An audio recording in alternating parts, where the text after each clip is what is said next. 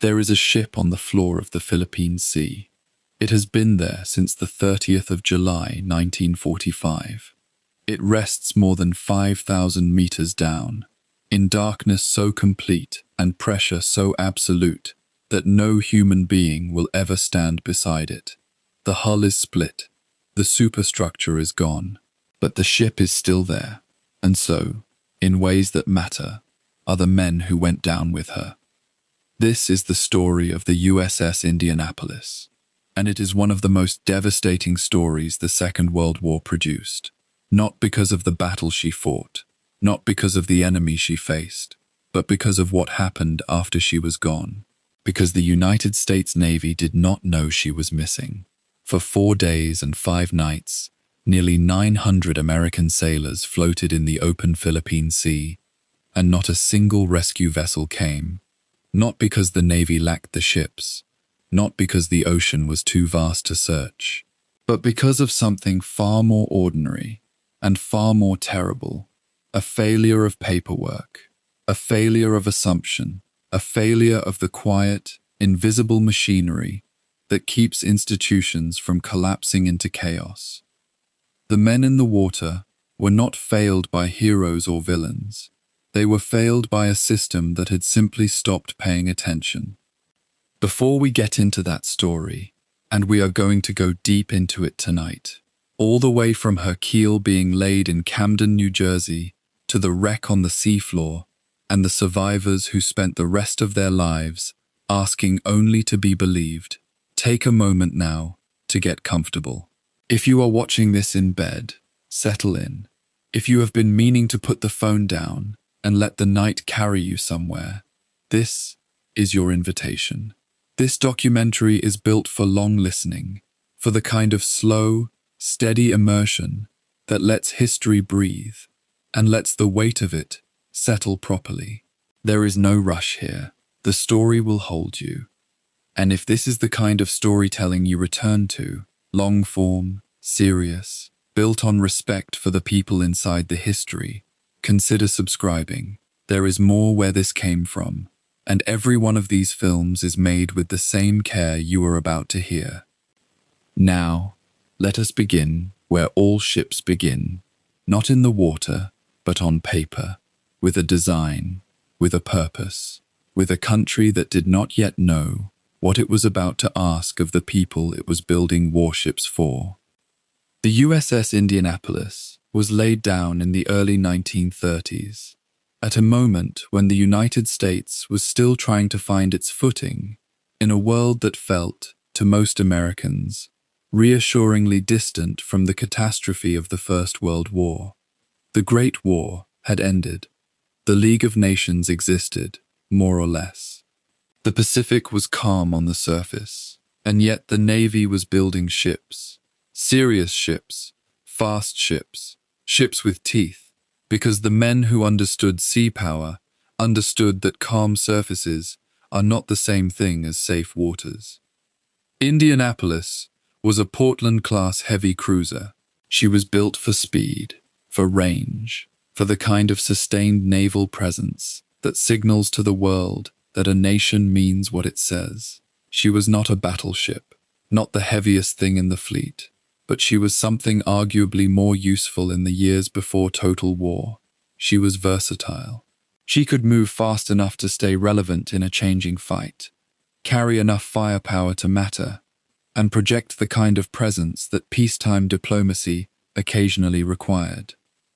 And in the 1930s, peacetime diplomacy was exactly what she was used for. Indianapolis became a flagship. She carried admirals. She carried the weight of institutional prestige. And for a time, she carried the President of the United States himself, Franklin D. Roosevelt, on a goodwill voyage to South America, which gave her a reputation that no other vessel in the fleet could claim in quite the same way. She was, for a moment, the most famous warship in America. Then, the 7th of December, 1941, arrived, and everything changed. Indianapolis was at sea when the bombs fell on Pearl Harbor. She was spared the carnage of that morning, But she was not spared what came after. She was sent into the Pacific, and the Pacific in those years was a place of almost incomprehensible violence. She fought in the Aleutian Islands, in the freezing grey waters off Alaska. She supported landings in the Gilbert Islands. She was present for the relentless island-hopping campaign that ground its way westward toward the Japanese home islands, one bloody atoll at a time. Her crew, young men from farms and small cities and factory towns across America, many of them barely old enough to shave when they first stepped aboard, grew harder and quieter and more experienced in the way that men who have seen real things become experienced. By 1945, Indianapolis had been at war for more than 3 years. She had earned her combat record the hard way, and then, off Okinawa, a Japanese kamikaze aircraft found her, tearing open her hull, killing men, and sending her limping back across the Pacific for repairs. She was patched up at Mare Island Naval Shipyard in California. Her crew was rebuilt, and a new mission was being assembled for her, a mission so secret that the captain was told almost nothing, the crew was told nothing at all, and the crate loaded into her hold, under armed guard, carried inside it a piece of the most dangerous technology the human race had ever produced. The core components of the atomic bomb that would eventually be dropped on Hiroshima were loaded onto Indianapolis in San Francisco. She carried them across the Pacific in roughly 10 days, faster than anyone had managed the crossing before, and delivered them to the island of Tinian in the Mariana Islands. The handover was quiet, almost anticlimactic. The men who received the cargo knew what it was. The men who had carried it did not. Her mission complete, Indianapolis was ordered onward, to Guam, then to the Philippines, into the Philippine Sea, into the water she would never leave. What happens next? What happens in those 12 minutes after the torpedoes hit? What happens in the 4 days that follow? What happens when the Navy finally realizes what it has done? And what happens to one captain in a courtroom in Washington while his surviving crew watches, is a story that takes a full telling to do justice to. And that is what we are going to give it tonight. Every sailor who served aboard Indianapolis, every man who went into that water, every man who did not come out of it, each of them deserves to have his story told properly, not rushed, not reduced to statistics, not flattened into the kind of footnote that history tends to make of individual suffering once enough years have passed. 316 men survived, nearly 900 did not. The water remembered all of them. We begin at the beginning, with a ship being built, and a world that did not yet know what it would ask of her. There is a city in Indiana that sits at the very center of the American continent, far from any ocean, far from the smell of salt and the pull of deep water.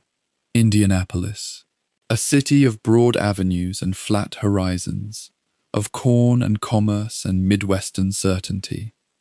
A city that seems, at first glance, to have no business lending its name to a warship. And yet the Navy has always understood something that civilians sometimes forget, that the men who go to sea do not come from the sea. They come from places exactly like that, from landlocked towns and prairie streets, and lives that gave them no preview of what the ocean would ask of them. When the United States Navy chose to name its newest heavy cruiser Indianapolis, it was not making a geographical statement. It was making a human one. It was saying that this ship belonged to the country entire, to every state, every county, every family that had ever sent a son away in uniform and waited for a letter back. The ship that would carry that name began not with ceremony, but with labor. In the yards of the New York Shipbuilding Corporation, across the Delaware River from Philadelphia, in the working city of Camden, New Jersey, the steel came first. Long before there was a hull, Before there was a silhouette against the sky, there was the raw material of a nation's industrial ambition, plate steel and angle iron, and the particular smell of a shipyard in the early morning, oil and river mud, and the acrid bite of welding arc. The New York Shipbuilding Corporation was one of the great yards of its age, a place accustomed to building large things for serious purposes. The men who worked there were craftsmen of a particular and unsung kind, riveters and welders and plate fitters, who spent their working lives assembling machines they would never sail on, creating order out of component chaos, with nothing but skill and repetition and the steady rhythm of the yard. Indianapolis was laid down in the early 1930s, a period when the United States was not thinking primarily about war. It was thinking about survival. The Great Depression had torn through the country's economic fabric with a thoroughness that left breadlines in Manhattan and foreclosed farms across the Midwest, and the idea of spending federal money on a warship was, for many Americans, a complicated proposition. And yet the Navy Appropriations Act moved forward, because governments, even governments in crisis, understand that the world does not pause for domestic suffering. Beyond American shores, things were already shifting. In Europe, the wreckage of the First World War had not produced the stable peace that statesmen had promised. In Asia, Imperial Japan was beginning to demonstrate the kind of expansionist ambition that made admirals in Washington look at maps with different eyes. The United States was not at war, but it was beginning, quietly, to prepare. As a Portland-class heavy cruiser, Indianapolis was designed within the constraints of the naval treaties that governed warship construction among the great powers in that era.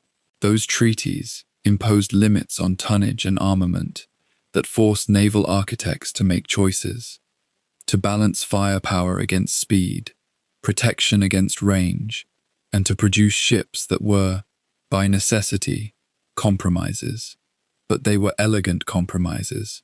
The Portland class emerged from that process as a genuinely capable design, fast enough to serve in a scouting role, armed well enough to fight, and prestigious enough to serve in the most visible assignments the Navy could offer. Indianapolis herself was built to carry 8-inch guns in 3 twin turrets, weapons of real authority, capable of projecting force at distances that would have seemed almost imaginary to the gunners of an earlier century. She was designed for speed too, her engineering spaces laid out to drive her through the water at better than 32 knots when she was pushed, a pace that would matter, in ways no one yet knew, on a crossing that had not yet been imagined. Her hull took shape over months of painstaking construction. A warship is not assembled like a machine on a factory floor. It grows, organically and enormously, from the keel outward, frame by frame, plate by plate, with hundreds of men working at different levels of the structures simultaneously, each dependent on what others have done before them and what others will do after. There is something almost biological about the process. A ship that will displace more than 9,000 tons at full load does not come into being quickly or easily. It demands not just materials and machinery, but time. Time for the steel to be shaped and fitted and welded. Time for the compartments to be formed. Time for the systems that will make her live to be threaded through her interior, like nerves through a body. By the time Indianapolis was ready to meet the water, the men who had built her had invested something of themselves in her. That is not sentiment. That is simply the nature of making something large and complex and meant to last. She was launched with the ceremonies that the Navy reserves for such occasions, the gathering of officials and families, the prepared remarks, the bottle broken across the bow in that tradition older than anyone present could fully account for. A ship's launching is a specific kind of moment. The hull that has existed only in a dry dock or on a slipway, surrounded by scaffolding and noise, suddenly becomes what it was always meant to be: a vessel, floating, alive in the way that only a thing surrounded by water can be alive. The crowd that watched Indianapolis enter the Delaware River for the first time saw something new in the world, a thing that had not existed before and would now exist until the sea or time decided otherwise. It is the kind of sight that produces a feeling that sits somewhere between pride and unease, though on the day itself, the pride tends to win. Commissioning followed, the moment when a hull becomes a warship, when the Navy's flag is broken at the stern, and the first crew takes responsibility for her. The officers who received Indianapolis that day received not just a ship, but an obligation. A commissioned warship is, in the most literal sense, an extension of the state. Its authority, its force, its promise of protection, and its capacity for destruction are all contained within those steel walls and behind those gun barrels. The men who accepted her understood this in formal terms, even if the full weight of it would only become clear to them later, in conditions none of them could have anticipated from the ceremony's quiet dignity. Her first captain looked out over the assembled crew and over the river and over the yards that had made her, and whatever he felt in that moment was his own. The record gives us facts. The interior of that moment belongs to him alone. The world that Indianapolis was commissioned into was not yet at war, but it was a world that had not forgotten what war meant. The generation that built and first crewed her was the generation immediately following the First World War, a conflict that had promised to be the last of its kind and had delivered instead only a 20-year armistice dressed as peace. The fathers of some of those young sailors had served in France, and the stories they carried home, or refused to carry home, which said as much, had shaped the emotional texture of an entire generation. America in the 1930s was a country simultaneously determined never to fight again, and slowly, reluctantly, coming to understand that the choice might not be entirely its to make. The newspapers carried reports from China and from Germany that made careful readers uncomfortable. The careful readers were outnumbered, for now, by those who preferred not to think about it. Indianapolis moved through her early years in the fleet with the quiet confidence of a ship that knows its value. She was fast, well-armed, and beautiful in the particular way that purpose-built machines achieve beauty. Not despite their function, but because of it. Her lines were clean, and her proportions carried the authority of serious engineering. In the fleet exercises and maneuvers that occupied American naval forces through the mid-1930s, she performed as designed, and the men who served aboard her during those years had a kind of luck they could not fully appreciate at the time, the luck of training without consequence, of preparing for a war that had not yet arrived. They rehearsed the disciplines of naval combat in peacetime conditions, making their mistakes when mistakes were survivable, building the habits and instincts that would matter later. What the blueprints could not capture, and what no commissioning ceremony could fully create, was a ship's character, the accumulated identity that comes from the men who serve aboard her, the operations she conducts, the reputation she builds in the fleet and in the Navy's collective consciousness. That character would develop over the years to come, through peacetime prestige and wartime trial, through the particular history that was already forming itself around her, even as her crew learned her systems and her officers learned each other's names. A warship is, in the end, a community of human beings living inside a machine. And like all communities, she would be defined as much by her people as by her steel.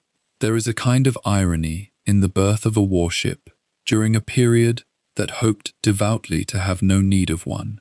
The men and money and labor that went into creating Indianapolis represented a bet against the future, a wager that the world's worst tendencies would not be denied forever, that the tremors, already being felt in Europe and Asia, would eventually require an answer. The men who built her in Camden did not know that. The officers who commissioned her did not know the full shape of what was coming, but they built her well, and they armed her seriously, and they sent her into a world that was quietly running out of time. Somewhere in the future that none of them could see, a ship of great capacity and some distinction was already moving toward a story that would outlast every one of them, a story that the Pacific Ocean was already preparing to tell. There is a particular quality of life aboard a warship that has not yet gone to war. The routines are precise, the hierarchies are observed, and the days have a kind of enforced order that can feel, to the men who live it, either deeply satisfying or quietly suffocating, depending entirely on the man. For the crew of Indianapolis, in the mid-1930s, that life unfolded against a backdrop of economic depression on shore and remarkable privilege at sea. She was no ordinary ship. From the earliest years of her commissioned service, Indianapolis carried the designation of flagship, first of the scouting force, the naval formation responsible for reconnaissance and screening across vast stretches of ocean. That designation meant staff officers, ceremonial expectations, and a standard of cleanliness and operational readiness that pressed down on every petty officer and enlisted man from the moment they stepped aboard. A flagship is always being watched. Her crew knew it, and they carried themselves accordingly. The scouting force assignment shaped Indianapolis in ways that went deeper than paint and polish. She was required to maintain a level of combat readiness that kept her men perpetually drilled, perpetually rehearsed, gunnery crews running through their drills, engineers managing her machinery with the kind of habitual care that only repetition can build into a man's hands. The officers who rotated through her during those years were among the Navy's most capable, men who understood that a flagship posting was both an opportunity and a test.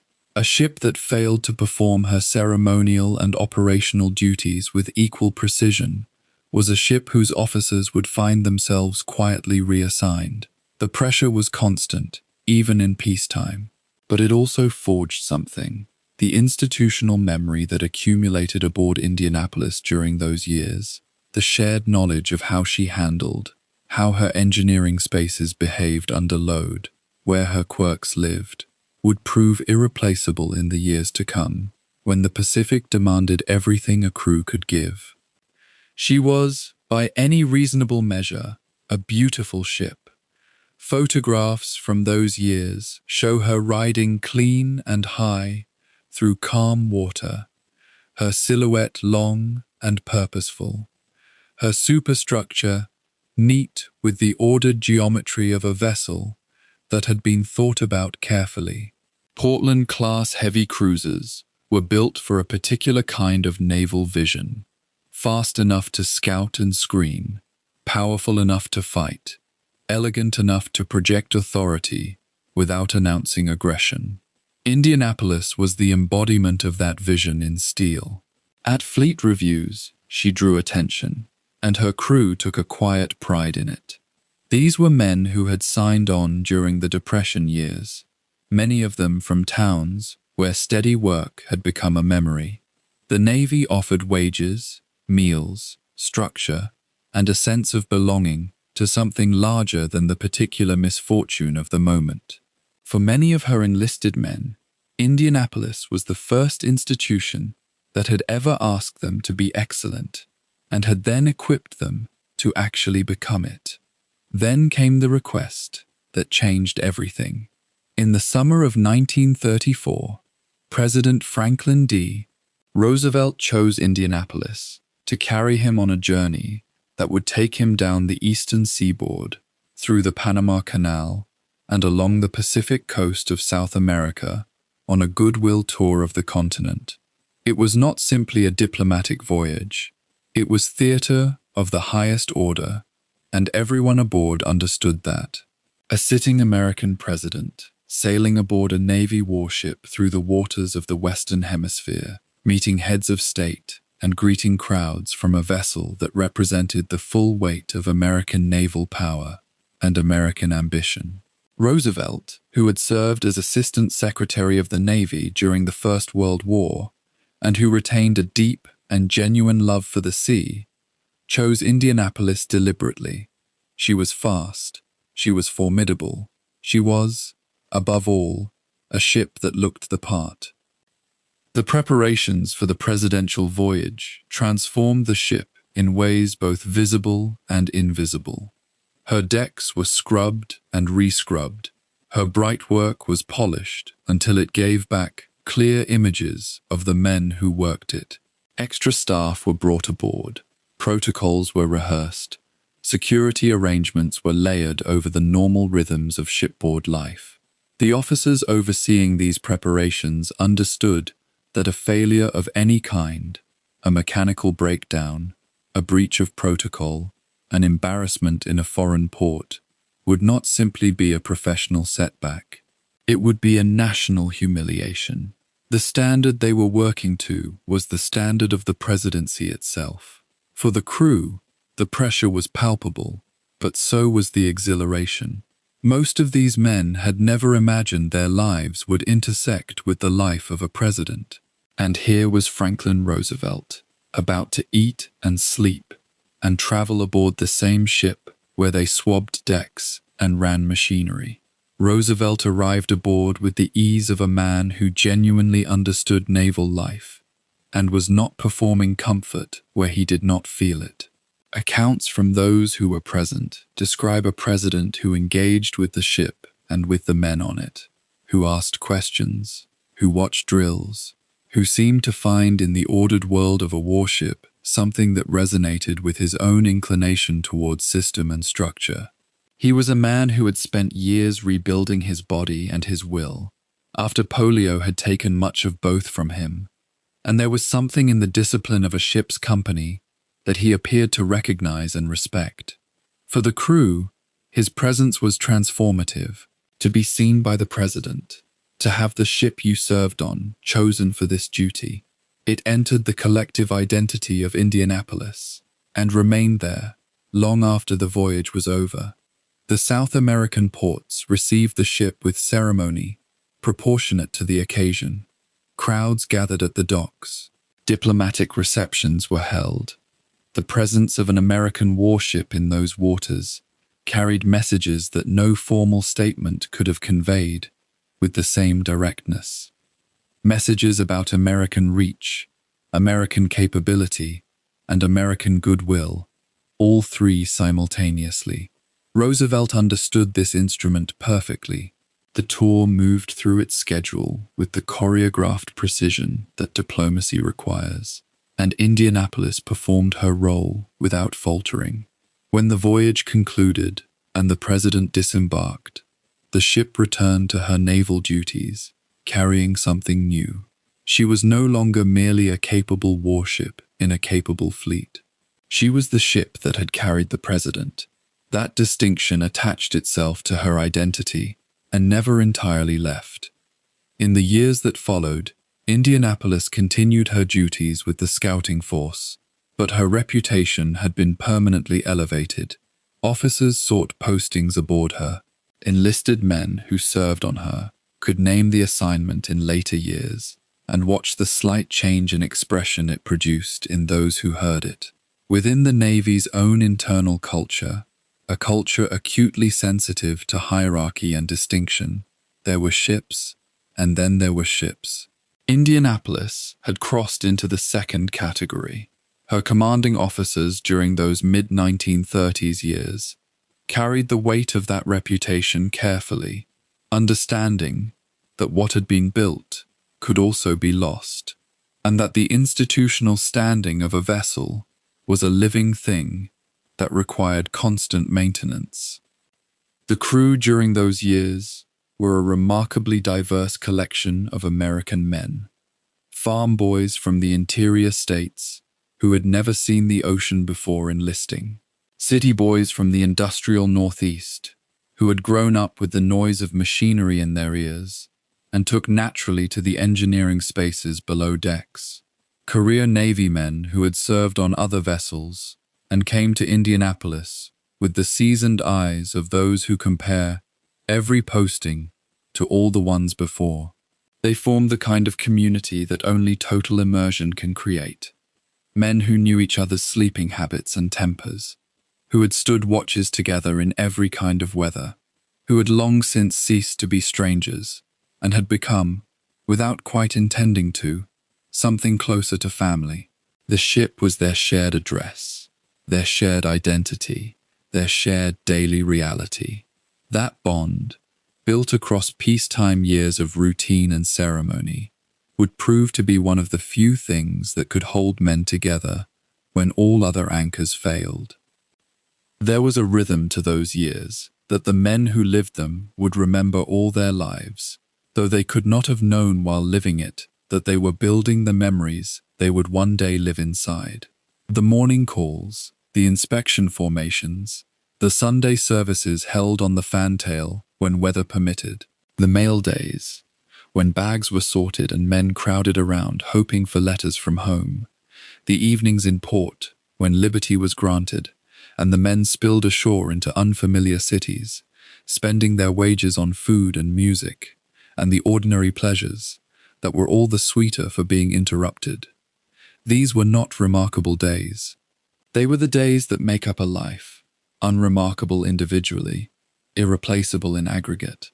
Indianapolis in peacetime was a world unto itself, governed by routine and ranked by tradition, and the men who passed through her during those years were being shaped by her even as they shaped her in return. By the time the 1930s moved toward their close, the world Indianapolis had been built for was already dissolving. News from Europe arrived in fragments. Germany rearming, Spain convulsing, China burning. The Pacific too was shifting. Japan was pressing southward and westward, and the American Navy watched the movements with the careful attention of an institution that reads aggression the way a doctor reads a pulse. The flagship continued her duties. The drills continued. The routines held.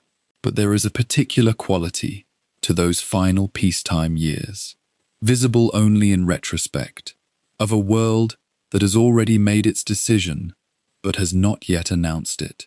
Indianapolis sailed through those years in her beautiful peacetime livery, her reputation intact, her crew trained and ready, her hold empty of the terrible things that would one day fill it. The water she crossed was the same water that would one day become everything, but for now, it was simply the sea, and she moved across it with all the grace and purpose she had been built to carry.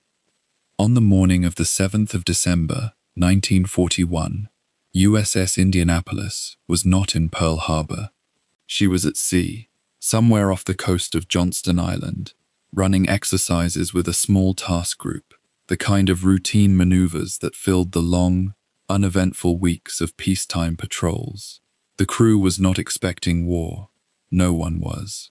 The radio message that came through that Sunday morning landed like something from a fever dream, a transmission so improbable that some men refused to believe it had been sent in earnest.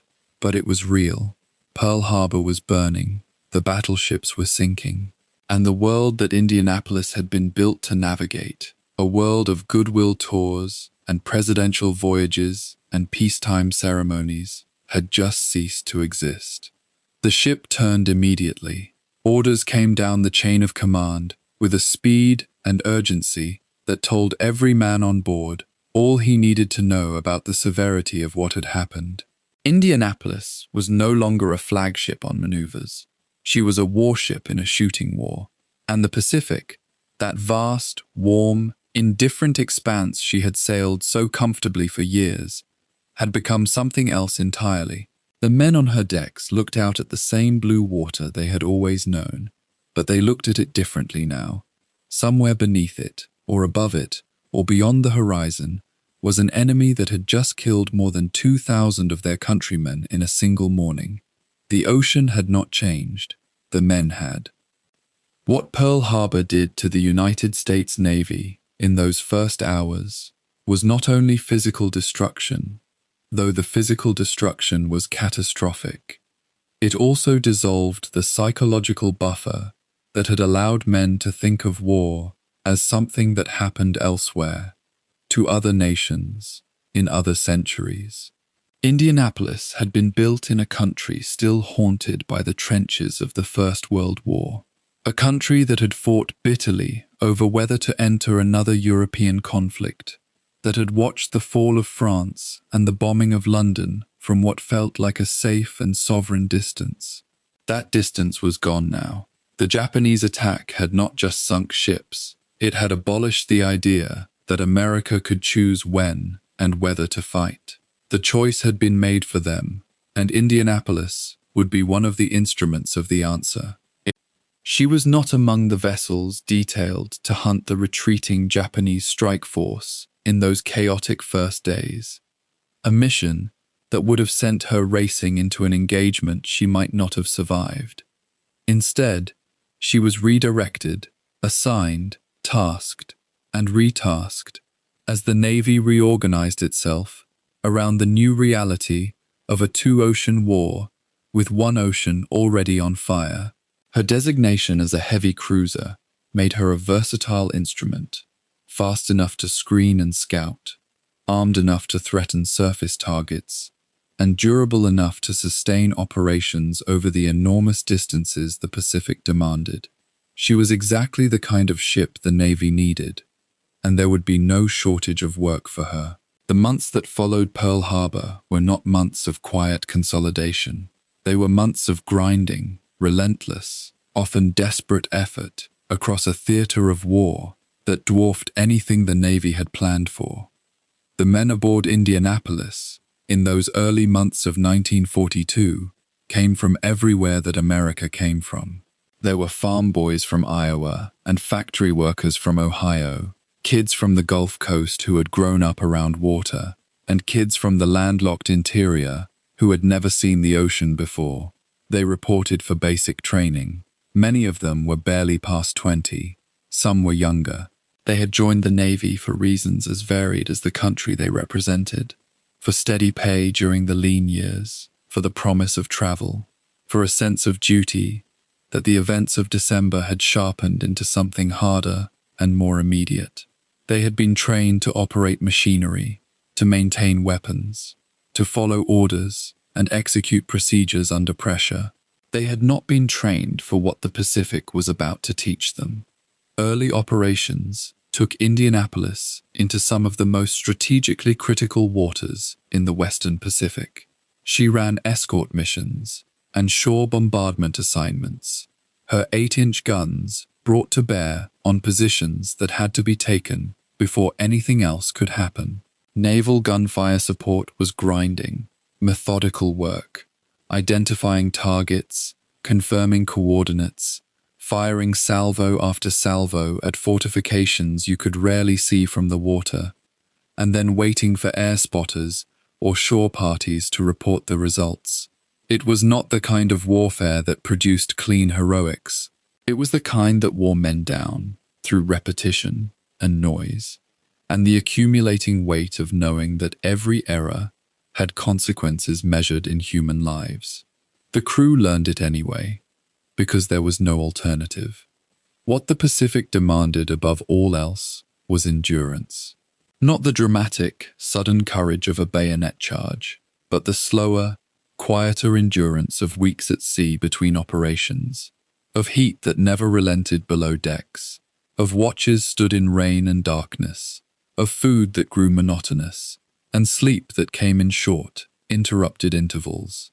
A heavy cruiser at war was not a comfortable place to live. The spaces below the waterline were loud with the machinery that kept the ship moving, and the ventilation systems that barely managed to move the heavy tropical air.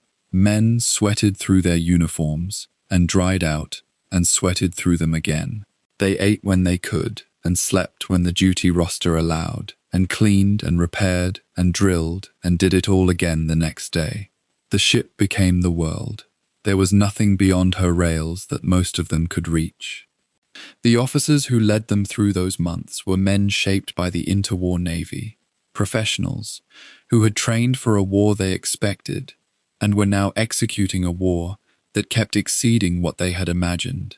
They understood their ship, they understood their weapons and their tactics, and the doctrine that governed how American cruisers were meant to fight. What none of them had fully planned for was the sheer scale of the Pacific campaign, the distances involved, the complexity of coordinating naval gunfire with amphibious landings across dozens of separate island chains, each one defended with a tenacity that the pre-war assessments had underestimated. Every engagement revised what they thought they knew. Every operation added to the institutional knowledge that would eventually allow the United States Navy to fight its way across an ocean. Indianapolis herself came under attack in those early years, moments when the abstract threat of enemy action became suddenly, violently specific. Aircraft appeared from cloud cover or low on the horizon, and the anti-aircraft crews ran through their drills in real time, the guns elevating and tracking and firing while the ship turned beneath them. Near misses sent columns of water rising alongside the hull, close enough to feel, close enough to understand that the difference between survival and catastrophe was sometimes measured in meters and seconds. The crew learned to function inside that fear, not to eliminate it, because that was not possible, but to keep doing their jobs while it was happening. That was what the Navy needed from them, and on the whole, they delivered. Among those men were individuals who would carry the memory of this ship for the rest of their lives. Boys who had reported aboard with no particular sense of destiny, who simply drew Indianapolis in the lottery of naval assignments, and who would spend decades afterward defined by what happened to them on her decks, and later in the water beyond them. They could not know that yet. In the early years of the war, they were too busy surviving the present to think about what the future might hold. They fixed what broke. They stood their watches. They wrote letters home that were heavily censored before leaving the ship, and they tried to describe a life their families on the mainland could not quite imagine. The war was abstract to the people they had left behind. Aboard Indianapolis, it was entirely concrete.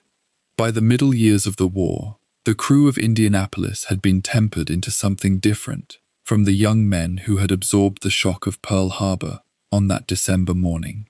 They were not innocent anymore, not of war's realities, not of loss, not of the particular loneliness of men who live in close quarters aboard a ship and still somehow have almost no one who fully understands what they have been through. The United States was winning. The campaigns were moving forward, the island chains falling one by one, the Japanese defensive perimeter contracting under sustained pressure from air and sea and land. Indianapolis was part of that pressure, a tool of the slow, costly, methodical advance toward Japan. Her story was not yet a tragedy. It was still a war record, still a catalogue of service and endurance and disciplined violence in a just cause. The tragedy was still ahead of her, waiting in the warm water of the Philippine Sea. But the men who would face it were being made right here, in these years, in this ocean, aboard this ship. The Pacific does not forgive. It does not offer the narrow corridors and fixed front lines of a land war, where a soldier might at least know which direction the enemy lies. It offers instead an immensity, millions of square miles of open water, scattered island chains, and a climate that alternates between brutal heat and the cold shock of tropical storms rolling in without warning. For the crew of Indianapolis, the transition from peacetime flagship to frontline warship had come fast, driven by the shock of Pearl Harbor and the sudden, terrible clarity of what the United States was now fighting for. But understanding the war in the abstract and living it day after day across the vast breadth of the Pacific were two entirely different things. The men who sailed aboard her in 1942 were still finding their footing. By 1944, those who remained would be something harder, something quieter, shaped by everything the ocean had put them through. Her first sustained combat operations took Indianapolis north, to a part of the Pacific most Americans had never heard of and would struggle to find on a map. The Aleutian Islands, a volcanic chain reaching westward from the Alaskan mainland toward the Japanese Kuril Islands, had become, improbably, one of the earliest flashpoints of the Pacific War. Japan had seized two of the westernmost islands in the chain during the summer of 1942, and the United States could not allow Japanese territory to remain on North American soil, however remote. The strategic logic was straightforward, even if the environment was anything but. The Aleutians offered fog, freezing rain, willowa winds that could arrive with almost no warning, and seas that made ordinary navigation feel like a continuous act of will. Indianapolis moved through those waters alongside other units of the Pacific Fleet, providing fire support and interdiction as American forces worked to retake what had been lost. It was not glamorous work. There was no dramatic fleet engagement to write home about, but it was the first real test of the ship's fighting capability and of the men responsible for keeping her running. The conditions in the Aleutians imposed a particular kind of misery. Sailors who had joined the Navy, imagining tropical waters and Pacific sunsets, found themselves instead soaked and cold, their hands slick on steel that had been chilled by Alaskan air, working equipment that the damp and the salt conspired to degrade at every opportunity. Mechanical reliability became something close to a daily preoccupation. Every component of a warship, her guns, her fire control systems, her engines, her communications gear, was built to function within tolerances that assumed reasonable conditions. The Aleutians were not reasonable. Petty officers and enlisted men who became expert at coaxing their equipment back to life in those conditions were developing skills that would serve them in every campaign that followed. The Navy learns its trades the hard way, and the Aleutians were an expensive classroom.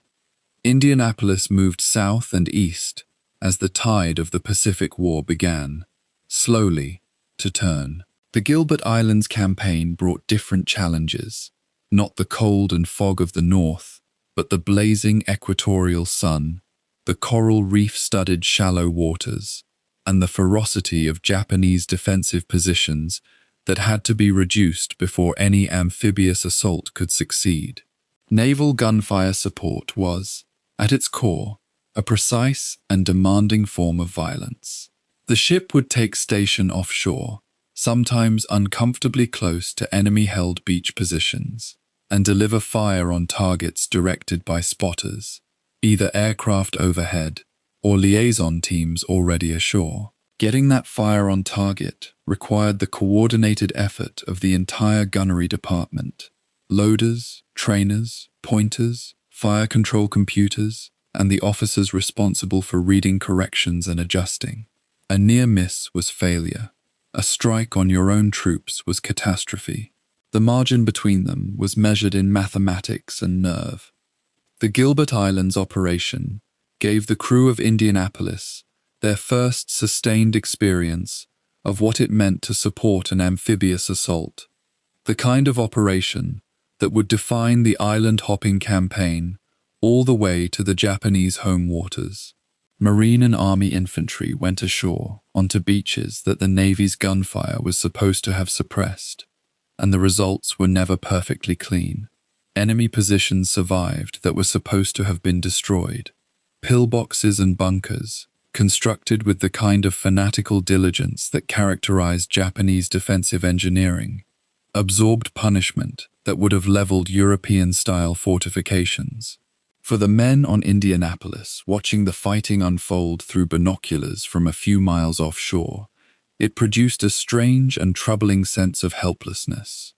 Doing everything they could, bringing everything the ship had to bear, and knowing that somewhere on that beach, men were still dying in positions that should already have been silent.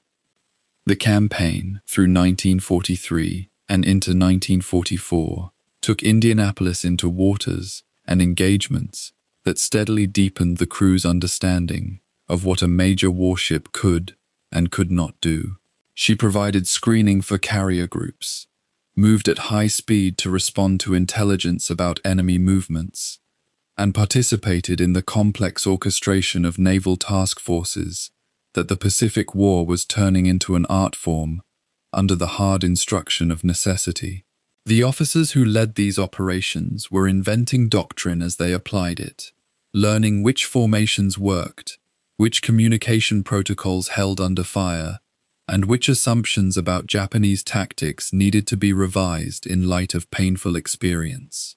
Indianapolis was part of that larger education, one ship among many, each voyage adding another layer of operational knowledge to what the Navy was becoming. There were near misses in those years that the crew never entirely forgot. Submarines were the constant, invisible anxiety of any Pacific transit.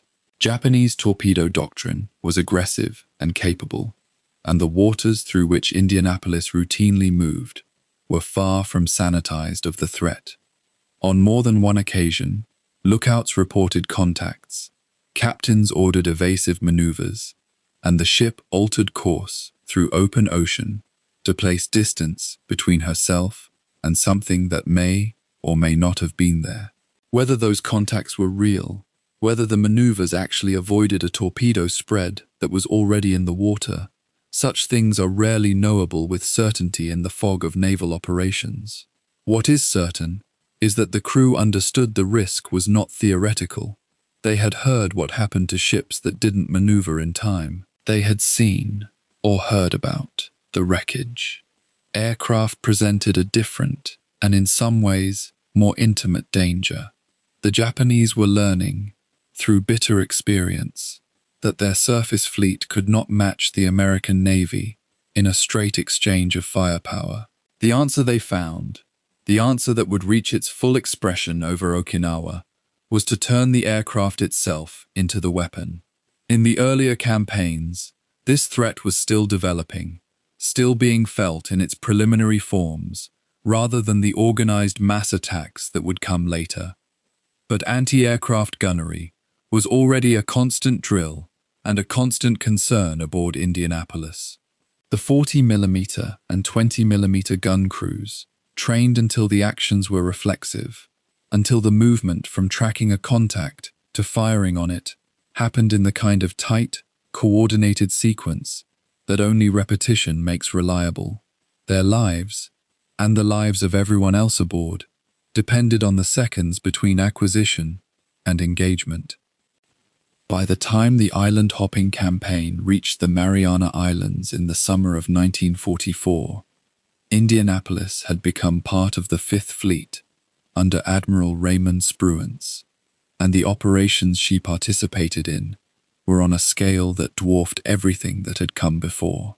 The assault on Saipan, Tinian, and Guam represented the drive into the inner ring of Japanese defensive geography, the capture of islands close enough to the Japanese home islands that the new long-range B-29 bombers could reach Tokyo and return. Indianapolis provided fire support during these operations, her 8-inch guns working methodically through target lists, while her crew cycled through the grinding routine of combat at sea. 4 hours on watch, 4 hours off, meals eaten when the tempo of operations permitted, sleep taken in whatever corner of noise and heat the ship offered. The Pacific was demanding the best of every man aboard, and they were giving it. The physical toll on the ship herself was real and cumulative. Salt air and tropical heat attacked steel and paint and rubber gaskets with democratic indifference. Machinery that was run hard and maintained under operational conditions, without the luxury of extended dockyard time, began to accumulate the small defects and reduced tolerances that are the inevitable product of sustained use. The engineering department fought a continuous campaign of its own below decks, patching, adjusting, cannibalizing parts, and improvising solutions with the tools available rather than the tools that would have been preferred. A warship at sea is a self-contained mechanical civilization, and keeping that civilization functioning across months of operations in the most demanding ocean on Earth required a kind of sustained, unglamorous competence that never made the dispatches, but was the reason the ship kept sailing. What the long road through the Pacific produced, above everything else, was a crew that knew itself. The young men who had reported aboard in the aftermath of Pearl Harbor, some barely out of high school, some from towns so small they had never seen the ocean before, were no longer young in the ways that mattered. They had stood their watches in Aleutian fog and equatorial heat. They had fired their guns at real targets and seen the results. They had lost shipmates, though not yet in the numbers that were coming. They had developed the dense, particular loyalty that forms between men who have endured the same things in the same enclosed space for years on end. A loyalty not to abstractions, but to each other, to the next man in the gun crew, the engineer at the next lathe, to the officer whose judgment they had tested and found reliable under pressure.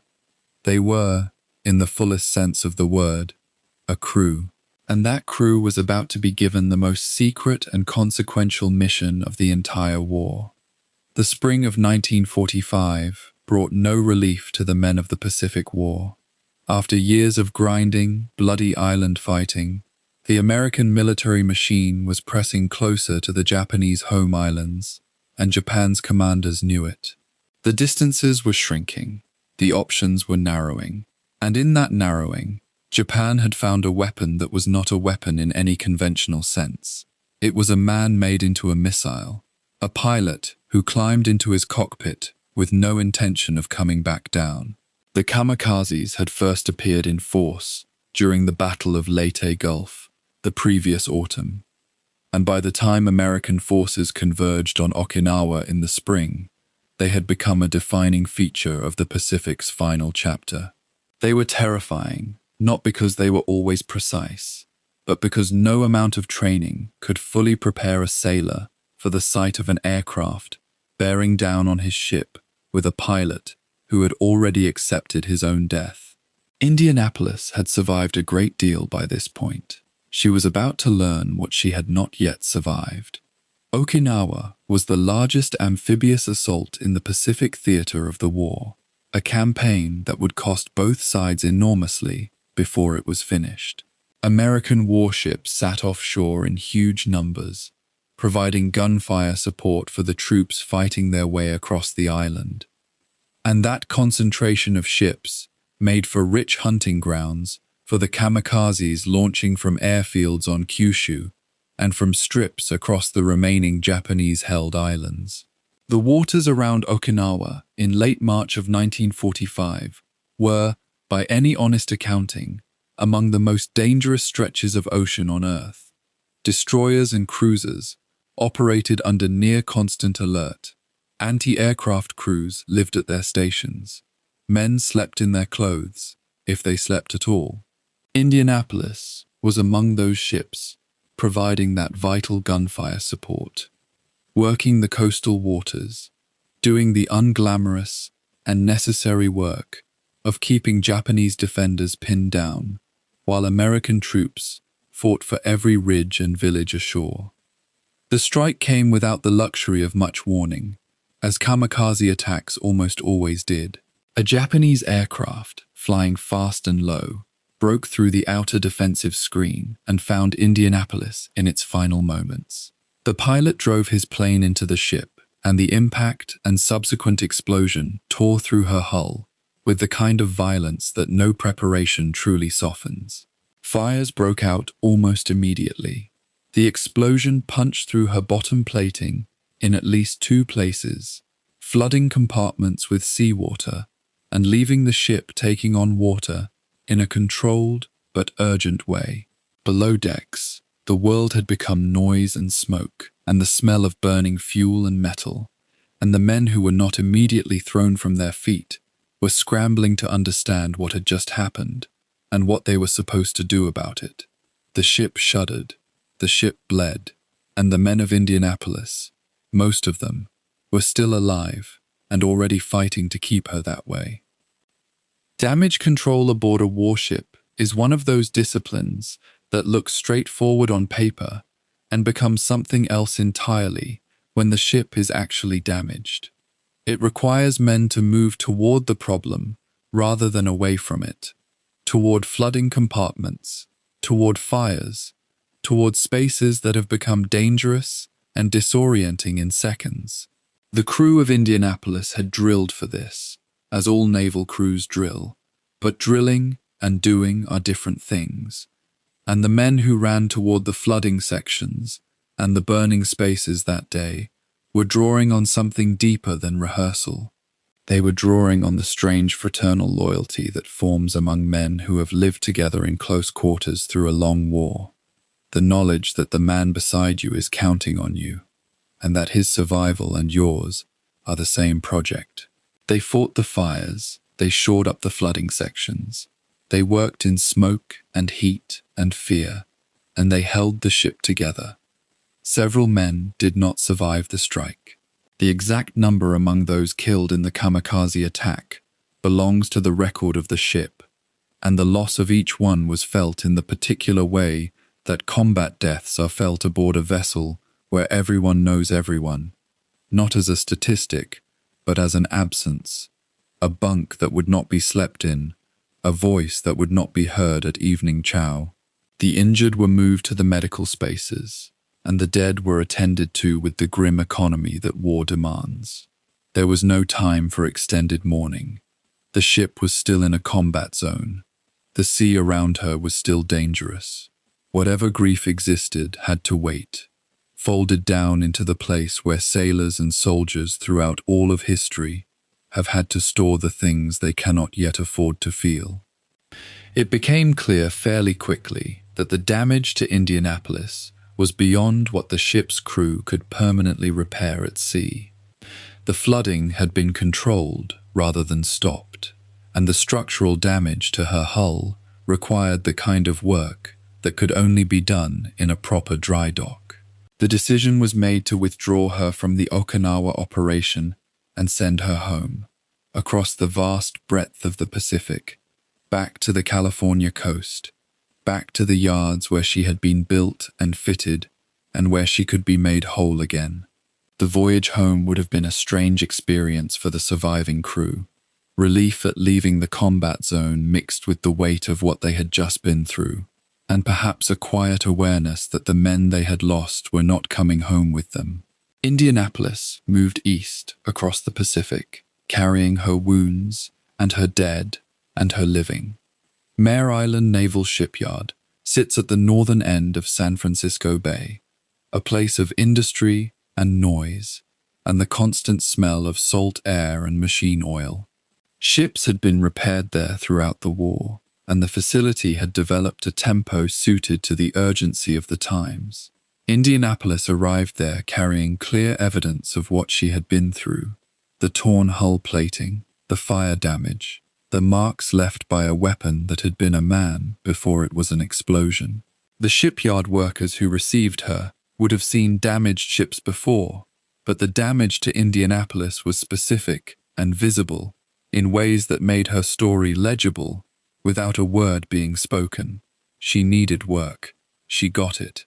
The yards set about repairing her hull, replacing damaged equipment, and restoring her to the condition required to return to the war she had momentarily left behind. The repairs at Mare Island took weeks. For the crew that remained, those weeks were something other than rest, because rest implies an absence of the war's presence, and the war was not absent from anyone's mind. Some men received leave, others were reassigned, New crew members came aboard to replace those who had been killed or rotated out.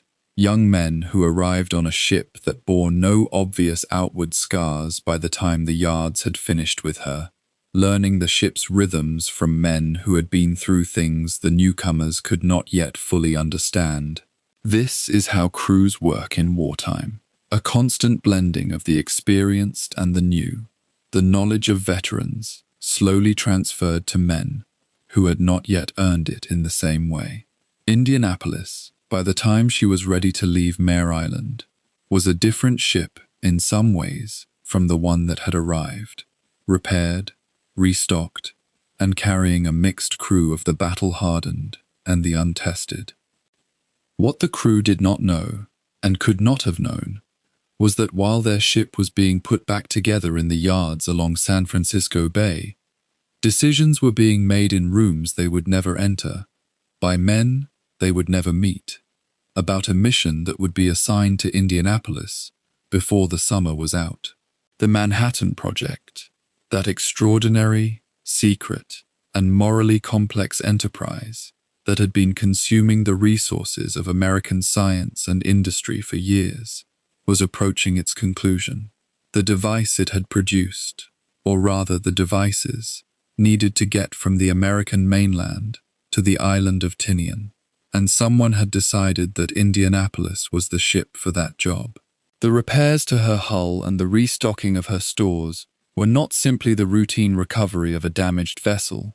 They were, though none of the men working on her knew it, the preparation of a delivery vehicle for the most destructive weapon the world had yet produced. There is something almost unbearable in hindsight about the timing of all this. A ship that had nearly been destroyed off Okinawa was being rebuilt and resupplied, her crew reconstituted, her engines tuned, her magazines restocked, and the purpose of all that effort was to send her out once more across the Pacific, toward a destination and a fate that no one aboard her could see coming. The kamikaze had wounded her, the yards had healed her, and now she was being made ready for something that would, in a matter of weeks, leave her at the bottom of the Philippine Sea and her men scattered across miles of open ocean, with no one coming to find them. The ship did not know this, of course. Ships do not know things, but the men aboard her were full of the ordinary human mixture of relief and readiness, and the particular kind of hope that comes from having survived something that could have killed you. The sense that perhaps the worst was behind them, that the wound had been taken and healed, and that whatever came next would be survivable too. The wound off Okinawa was real, and it had cost real lives, and the men of Indianapolis carried it with them, even after the physical damage had been repaired. But the war was not finished with the ship. The yards at Mare Island had done their work. The orders that would send Indianapolis back into the Pacific were already being written, and somewhere in the desert of New Mexico, a test was being prepared that would change the shape of the war and place this ship, this crew, this specific vessel, with her history of combat and her reputation for service, at the center of something that no one aboard her had any way to prepare for. The chapter of recovery was ending. The chapter of the secret cargo was about to begin, while the repair crews at Mare Island worked through the summer heat, patching steel and rewiring conduits. The war itself was moving towards something no one outside a handful of rooms in Washington and New Mexico fully understood. The men welding Indianapolis back together had no idea that elsewhere in the country, in laboratories buried behind fences and clearances and layers of deliberate misdirection, scientists and engineers and soldiers were approaching the end of something that had consumed years of the nation's most secret resources. The Manhattan Project, the code name given to the American effort to build an atomic weapon, had begun in urgency and had grown into a vast hidden industry, scattered across multiple sites, compartmentalized so tightly that most of the people who worked within it never knew the full shape of what they were building. By the summer of 1945, that shape was becoming clear. The weapon was nearly ready. What remained was the problem of getting it to the Pacific in time. The logic of the decision was cold and practical, as the logic of wartime decisions so often is. The bomb components, the critical core elements of the weapon that would later be called Little Boy, needed to move from the continental United States to the island of Tinian in the Mariana Islands, where the Army Air Forces had established the operational base from which the weapon would eventually be dropped. Speed was essential. Security was paramount. The delivery could not be entrusted to a cargo ship or a slower vessel that might attract the wrong kind of attention at the wrong moment. What was needed was a fast warship, one capable of crossing the Pacific quickly, and one that carried enough institutional prestige to ensure the mission would be prioritized without requiring explanations that no one was authorized to give. Indianapolis, fresh from her repairs, fast and capable and available, was chosen. It was not a sentimental choice. It was a calculation. The men who made that calculation were operating at the highest levels of the American military and government. The orders came from authority that did not need to explain itself to a ship captain or a crew. Captain Charles McVay III received his instructions in the careful, truncated language of wartime secrecy. He was told that his ship would carry extremely important cargo, that the mission was of the highest priority, and that he was to make best possible speed across the Pacific. He was not told what the cargo was. He was not told why it mattered so profoundly that he arrive at Tinian ahead of any reasonable schedule. He was a professional naval officer, trained to follow orders and ask only the questions his role required him to ask. He asked those questions, received the answers he was permitted to receive, and prepared his ship to sail. The rest, he understood without being told, was not his to know. The cargo itself arrived at the dock in San Francisco under conditions that made even seasoned Navy personnel pause. Armed guards accompanied a large wooden crate and a smaller metal canister, the components that, together, would form the core of the weapon. The crate was of unusual dimensions, clearly not standard military issue, and the men handling it were not the kind of men who answered casual questions. The smaller canister, containing enriched uranium, was brought aboard separately and secured below decks, with the kind of attention that suggested its contents were either extraordinarily valuable or extraordinarily dangerous, possibly both. A small team of Army personnel accompanied the cargo and would travel with the ship to Tinian, their presence another signal to the crew that something outside the normal chain of operations was underway. None of this was explained. On a warship, unexplained things are not unusual. You learn not to ask. The crew of Indianapolis, for their part, noticed what they noticed and drew the conclusions available to them. A large crate, soldiers aboard who were not sailors, a mission framed in urgency without specifics. These were the raw materials of rumor, and rumors moved through a warship the way water moves through a hull, finding every available seam. Some men speculated it was gold, perhaps for some diplomatic purpose they couldn't articulate. Others thought it might be a new kind of weapon, something experimental, something that would end the war faster than anyone dared predict. No one came close to the truth, not because the truth was implausible, but because the truth was genuinely beyond the frame of reference available to ordinary men in 1945.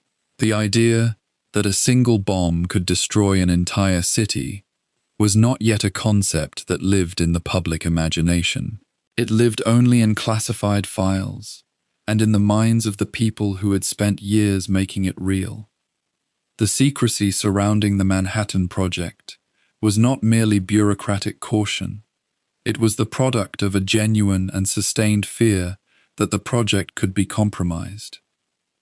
The American government knew that enemy intelligence networks were active, that spies existed within the wartime apparatus, and that the consequences of the weapon's secrets reaching the wrong hands would be catastrophic in ways that were difficult to fully articulate, but impossible to dismiss.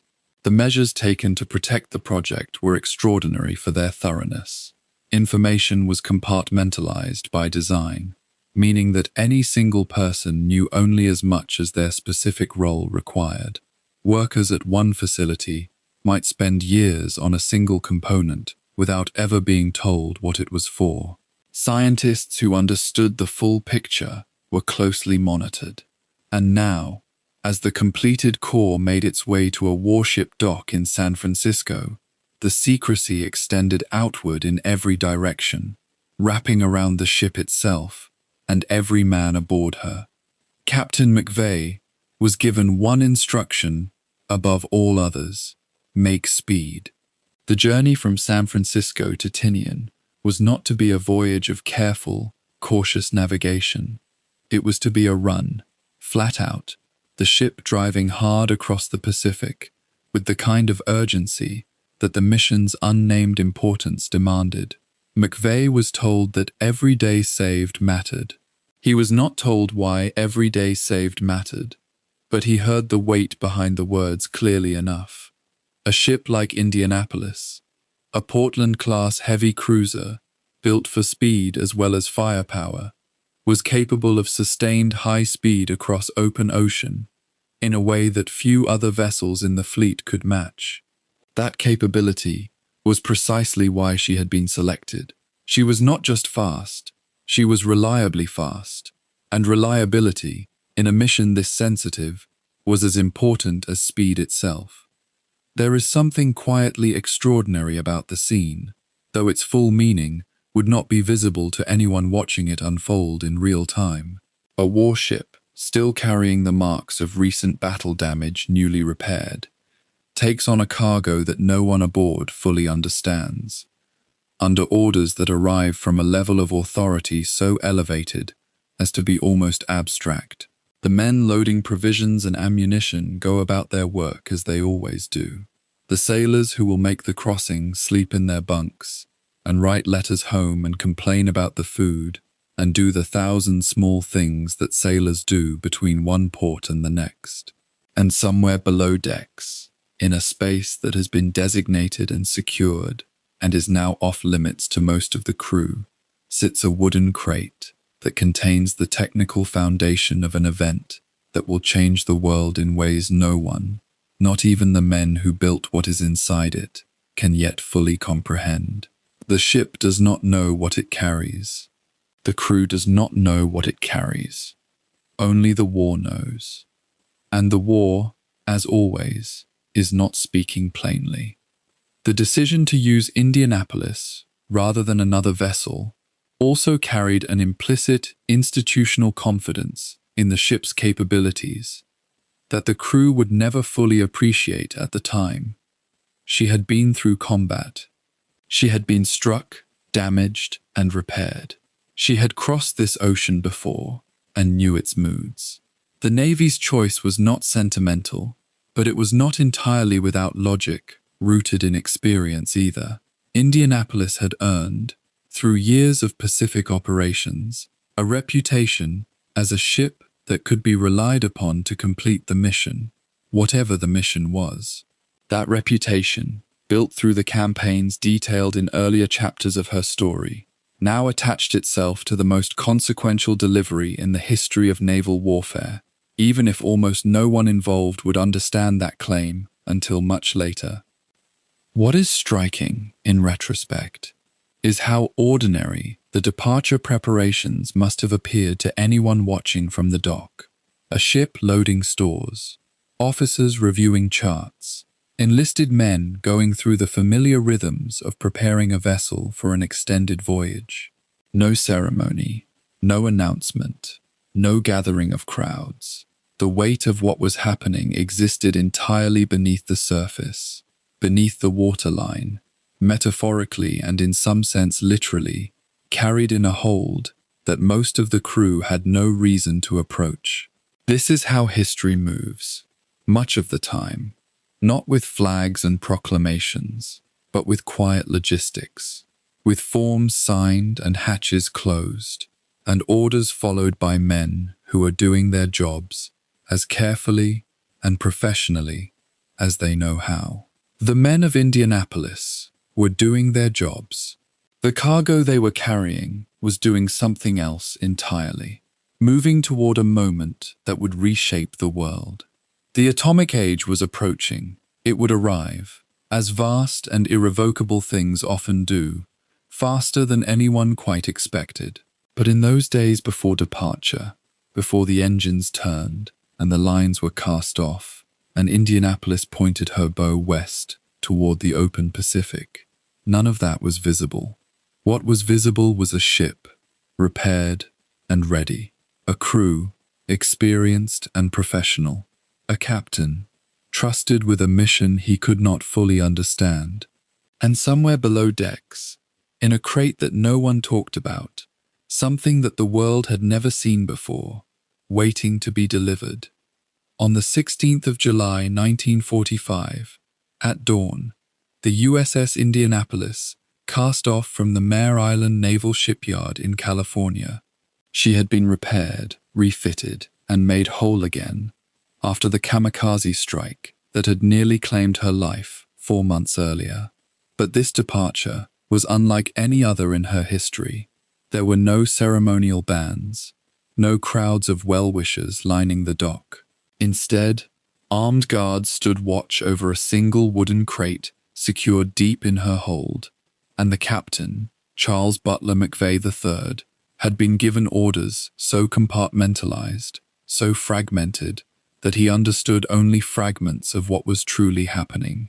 On that same morning, more than 1,000 kilometers away, in the New Mexico desert, a sphere of plutonium, no larger than a grapefruit, was about to be detonated in a test called Trinity, the first nuclear explosion ever made by human hands.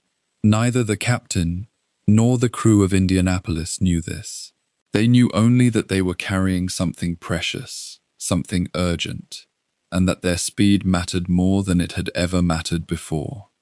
The crate itself was ordinary in appearance, a wooden box with no markings that would betray its contents, no label, no warning. Inside were the uranium components of Little Boy, the atomic bomb destined for Hiroshima, the assembly group from Los Alamos, the scientific elite who had been secretly building the bomb, had decided that Indianapolis was the fastest available warship that could make the journey from San Francisco to Tinian Island in the Mariana Islands. Speed was essential. The bomb was being rushed toward its target because the war in the Pacific, though Japan was clearly defeated, continued to grind forward with terrible cost. Every day that passed saw American soldiers fighting and dying on the island of Okinawa and in preparation for the planned invasion of the Japanese home islands. The people who controlled the Manhattan Project believed that the atomic bomb, if it could be delivered in time, if it could be demonstrated, if its terrible power could be wielded as a diplomatic and military instrument, might shorten the war by months and save hundreds of thousands of lives. Indianapolis and her crew became, without knowing it, a component of that calculation, a vessel carrying not just a military weapon, but the hopes and fears of an entire scientific and political establishment. Captain McVeigh was a thoughtful man, an officer of the old school who had commanded Indianapolis through much of the Pacific War. He was not accustomed to being kept ignorant, and the vagueness of his orders unsettled him. He knew that the cargo was important enough to warrant armed guards, important enough to justify the most direct and fastest possible route to Tinian. But the Navy's bureaucratic compartmentalization kept the true nature of the mission from him. He was told that a certain crate was to be delivered with utmost urgency, that he was to take the fastest route, that he was to maintain radio silence except for essential communications, and that upon arrival at Tinian, he was to transfer the cargo to Army personnel and ask no further questions. It was, In effect, an order to carry something he did not understand for a purpose he could not know to an island he had not visited before. The contradiction between the extreme urgency of the mission and the extreme secrecy surrounding it created a peculiar kind of tension aboard the ship, a tension felt especially by the captain, who bore responsibility for the vessel and the crew, but was denied the information that would have allowed him to understand the weight of that responsibility. The journey itself was conducted at near maximum speed, day after day, under bright Pacific skies. Indianapolis was built for this.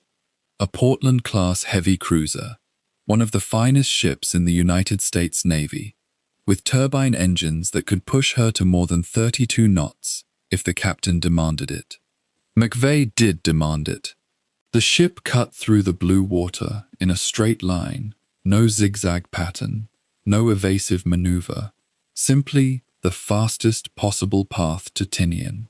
The crew, many of them young men who had served aboard Indianapolis through years of combat, performed their duties with the precision that comes from long experience. But their confusion grew with each passing day. Why the urgency? Why the secrecy? Why were they pushing the engines so hard when the war seemed, even to the enlisted men in the engine rooms, to be effectively over? Japan was clearly beaten. The Navy had air superiority, control of the seas, and was preparing for what everyone understood would be the final assault on the Japanese homeland. So why rush? What could be so important that it required the fastest ship in the Pacific to deliver it? The men could only speculate, and speculation gave way to rumor, and rumor created a kind of nervous anticipation that no one could quite explain. The voyage took roughly 10 days, and Indianapolis consumed fuel, pushed her engines, and drove eastward across the open ocean with the focused intensity of a ship operating under secret orders. The crew maintained the ship as they always did, swabbing decks, checking systems, standing watch, moving through the routines that had become their second nature over 4 years of war. The officers conferred with one another about the mysterious cargo, but even among the senior staff, few understood the full picture. The armed guards who stood over the crate in the hold knew only that they were protecting something vital, and they performed their duty without question. In the engine rooms, sailors who had survived every bombing run, every torpedo attack, every depth charge that the Japanese could throw at Indianapolis, worked to keep the turbines spinning and the shafts turning. They knew nothing of plutonium, nothing of atomic fission, nothing of the theoretical physics that had made their mission possible. They knew only that they were pushing a ship harder than usual, and that somewhere above them, orders had come down that said this mattered more than anything else they had ever been asked to do. On the approach to Tinian, the anticipation aboard Indianapolis reached its peak and then suddenly, almost abruptly, evaporated. The island appeared in the distance, a flat, rocky coral atoll set in the blue Pacific, marked by airstrips and the infrastructure of a growing American military base. As Indianapolis drew into the harbor, the moment that had seemed so weighted with significance suddenly became almost mundane. The crate was offloaded by Army personnel whose uniforms identified them as members of the technical service, not combat troops. There were no ceremonies, no acknowledgement of what was being transferred, no farewell. The handover was conducted with professional efficiency and utmost discretion. The wooden crate that contained the components that would, within weeks, incinerate a city and change the course of human history, was simply moved from the ship to a secure location on the island, and that was that. For the crew of Indianapolis, the urgency of their mission dissolved the moment the cargo left the ship. They had been pushing themselves, pushing the ship, maintaining the secrecy and the intensity for something they did not understand, and now, in an instant, it was over. They had no idea that the thing they had carried would forever define their ship, their voyage, and their place in the history of the war. Captain McVeigh received new orders almost immediately after the cargo was transferred. Indianapolis was to proceed to Guam and then to Leyte in the Philippines, where she would rejoin the combat fleet in preparation for the planned invasion of the Japanese home islands. The ship that had just completed the most consequential naval voyage of the Second World War, though she and her crew remained profoundly ignorant of that fact, was now simply another warship being sent forward to the next assignment, to the next battle, to the next chapter of the Pacific War. There was no celebration, no recognition, no sense of closure. The crew made what repairs they could on Tinian, took on supplies, and prepared the ship for the voyage that would take them westward again, this time toward combat. The Aleutian Islands campaign, the raids on Palau, the bombardment of Japanese-held positions. Indianapolis had survived all of that and more. She was a veteran ship with a veteran crew, and they faced the next phase of the war with the stoicism that comes from having survived everything the enemy could throw at them. The atomic bomb was being assembled on Tinian, prepared for delivery to Hiroshima. The war would be over within weeks. But the crew of Indianapolis did not know that either, and it would have made no difference if they had. The voyage from Tinian to Guam was routine, and from Guam to Leyte, the final leg of the journey, would be accomplished under circumstances that were, from the Navy's perspective, entirely standard and unremarkable. The ship was traveling through waters that had been fought over months earlier, but were now considered secure. The Japanese Navy had been so thoroughly defeated that the admirals in command of the Pacific Fleet did not believe that any Japanese warship, any Japanese aircraft, or any Japanese submarine represented a meaningful threat to vessels transiting the area. It was, in the calculus of risk that surrounded naval operations in late July of 1945, a safe passage. McVeigh received no special instructions about the route from Guam to Leyte, no warnings about submarine activity, no orders to maintain evasive maneuvers. He was simply told to proceed to Leyte at best speed and report when he arrived. In the perspective of the Navy's command structure, Indianapolis was just another heavy cruiser moving between bases, fast, powerful, capable of defending herself against anything that the enemy might throw at her. She had survived so much already. She had carried the most secret cargo of the war across the Pacific without incident. She had performed her mission flawlessly. Now she was simply being sent forward to rejoin the fleet for the final push toward victory. The men of Indianapolis rested on Guam, received mail from home, made brief repairs, and prepared for the voyage to the Philippines. Many of them had been at sea for weeks, and would remain at sea for weeks more. The Pacific War had become, by this point in the summer of 1945, a pattern of preparation, movement, bombardment, and waiting. Waiting for the next phase, waiting for the war to end, waiting to go home. For the crew of Indianapolis, none of whom knew they had just carried an atomic bomb across the ocean, none of whom could have imagined what that bomb would eventually mean. The return to Leyte was simply the next assignment. They were tired but trained, veteran but still young, disciplined but also capable of imagining that the war was approaching its end. Some of them thought about home. Some of them thought about the friends they had lost in the campaigns of the previous year. Some of them simply tried not to think too much at all, to perform their duties, and to hope that luck would hold out just a little bit longer. On the 28th of July 1945, Indianapolis cast off from Guam and headed for Leyte, sailing without escort, without warning, and without knowledge of the Japanese submarine that was already hunting in those waters, waiting for exactly such a moment to strike. The sun was setting over Guam on the 28th of July 1945, when USS Indianapolis received orders that would alter the course of her final hours. Captain Charles McVeigh III had brought his ship safely through the Pacific War, commanded a vessel that had endured kamikaze strikes and countless engagements, and now faced what seemed like a routine transit.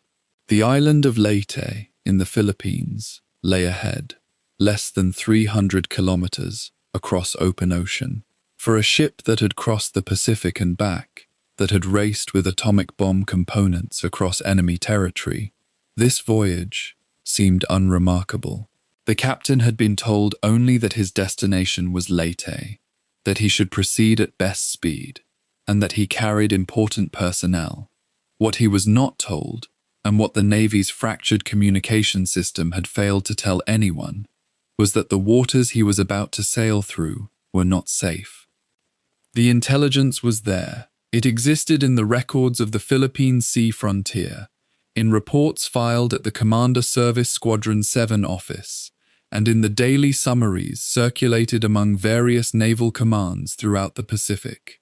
Japanese submarine I-58, under the command of Mochitsura Hashimoto, was operating in the waters between Guam and the Philippines.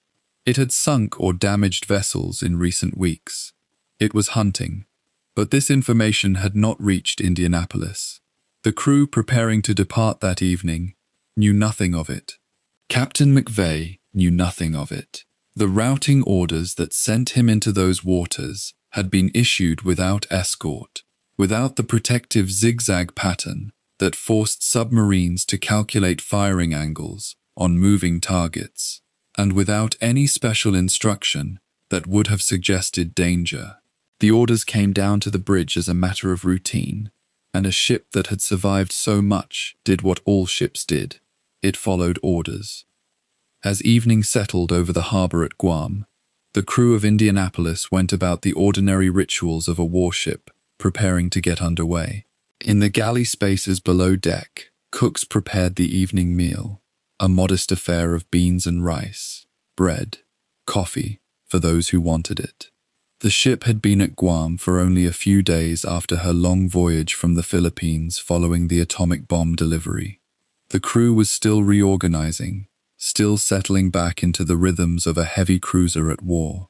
Some of the men were new to the ship, recent replacements sent out to fill the gaps left by combat losses and routine rotations. Others had been aboard since before the kamikaze strike off Okinawa, carrying the invisible weight of wounds that had not yet fully healed. The men ate without particular ceremony, spoke in the low tones that characterized shipboard life, and thought about what lay ahead. Most assumed they would arrive at Leyte in a day and a half. On the bridge, Captain McVeigh reviewed the orders one final time before the ship got underway.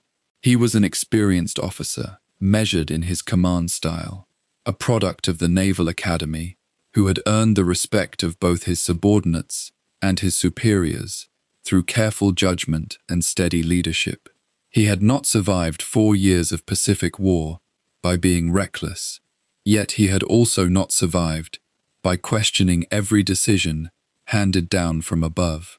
The Navy worked on a hierarchy of assumption and trust.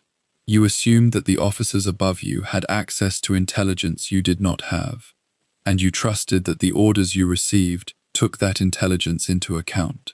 Captain McVeigh operated within that system, just as thousands of other officers did. The orders came without escort. He did not question it. The orders came without instruction to zigzag. He accepted it. The assumption was that higher command knew something he did not, and that higher command would not send a ship full of men into danger without cause. What Captain McVeigh could not have known was that the very structure of the Navy's administrative system was working against him. The Philippine Sea frontier maintained records of enemy submarine activity in a daily summary.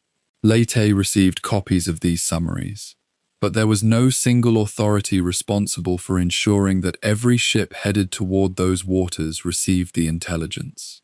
No command center existed that tracked incoming vessels and cross-referenced them against known enemy threats. Instead, responsibility was fragmented among routing officers, port directors, and commanding officers at different bases, each assuming that someone else was handling the warning protocol. Captain McVeigh heading toward a transit that should have been routine, was sailing blind into a system failure. He could not be blamed for not knowing what the system itself had failed to tell him. As darkness came fully over Guam, Indianapolis cast off her lines and began to move out of the harbor. The night was clear and moonlit, the sea relatively calm, the conditions as favorable as they could be for an ocean crossing. The crew went to their stations, the watchmen to their posts on the deck and in the superstructure, the engine room crew to their stations deep within the ship, the signalmen to the radio room, ready to receive any messages. The routine of a warship at sea settled over the vessel like a familiar blanket. The ship moved at normal cruising speed, making steady progress toward the Philippine Sea. Below decks, in the compartments where men slept and worked, conversations turned to ordinary things. Some men wrote letters home, though mail would not leave the ship until they reached their destination.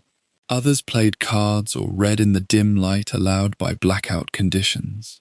A few tried to sleep early, knowing that tomorrow would bring the routine duties of another day at sea. The officers' wardroom maintained its own quiet routines in the evening hours. The captain might have reviewed reports or studied navigation charts. The navigator would have plotted the course one final time, confirming the heading, calculating estimated time of arrival, and noting any adjustments needed as weather or sea state changed. The gunnery officer and the damage control officer would have conducted their evening reviews, ensuring that all systems were ready for any contingency. These were experienced men, veterans of Pacific warfare, who understood the value of preparation and procedure. Yet all of them operated within the same constraint that Captain McVeigh did. They trusted the system above them. The system said the waters ahead were safe enough for transit without escort. They had no reason to suspect the system was broken. In the plotting room, beneath layers of armor and steel, junior officers and enlisted men maintained the ship's navigation, tracking her position on charts, updated continuously through the night. These men had no intelligence reports. They had no access to information about enemy submarines. Their job was to know where Indianapolis was, not why she was going there, or what dangers might lie ahead. They performed their duties with precision, as they had been trained to do, noting the ship's position every few minutes, drawing the course line across the chart, watching the geometry of her path as she moved southeast toward Leyte. To them, there was nothing unusual about the voyage. Nothing suggested that anything was amiss. The ship had crossed the Pacific many times. This crossing would be like all the others. As the evening deepened and the ship moved further from Guam, the watch rotations began. The regular shipboard routine took over. A watch of 4 hours, followed by 8 hours off duty, a rhythm that had governed naval life for centuries. The men who had the mid-watch took their positions. The men who had been on watch earlier turned in for the night. The ship itself became quieter as fewer crew members moved through the passages and compartments.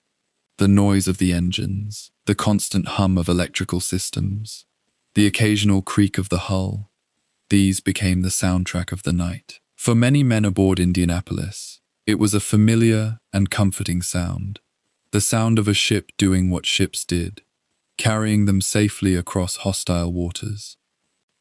The decisions that sent Indianapolis into danger had been made not in moments of dramatic choice, but in the ordinary flow of naval business. A routing officer at Leyte had been told to expect the arrival of a heavy cruiser. He did not check the current intelligence summary. A port director at Guam had received the same information. He assumed that the ship's commanding officer would know the current threat assessment. Captain McVeigh had received his orders from higher command and assumed, reasonably, that those orders already accounted for all relevant intelligence. No one made a deliberate choice to send the ship into danger. Instead, each person in the chain of command made an ordinary decision based on incomplete information, and those decisions accumulated into something catastrophic. This was not villainy, it was routine. It was the failure of systems that worked most of the time, but could fail when the world was not paying attention. As midnight approached, Indianapolis had been at sea for several hours, moving steadily across the Philippine Sea at a moderate pace. The night was quiet. The sea was relatively calm. A few hundred kilometers away, in another part of the ocean, the Japanese submarine I-58 was also moving through the darkness, also heading in a direction that would bring her into contact with an American ship. Neither the captain of Indianapolis nor the commander of I-58 knew what was about to happen. The men sleeping in their bunks, the men on watch, the men scattered throughout the ship in various states of wakefulness and rest. They were unaware that their lives were measured not in days, but in hours. The ship that had been presidential, that had carried Franklin Roosevelt, that had raced across the Pacific with the atomic bomb, that had survived kamikaze strikes and naval engagements. That ship had fewer than 30 hours of existence remaining. The last night of USS Indianapolis was not marked by tragedy or drama. It was marked by routine. It was marked by watch rotations and meal preparations, and the ordinary sounds of a warship at sea. It was marked by young men who had seen combat, who had lost friends, who had endured more than most people should have to endure, simply going about the business of sailing from one place to another. They had no warning. They had no way of knowing. The system that should have warned them was broken, not by malice or incompetence at the moment of decision, but by the slow accumulation of assumptions that had never been tested.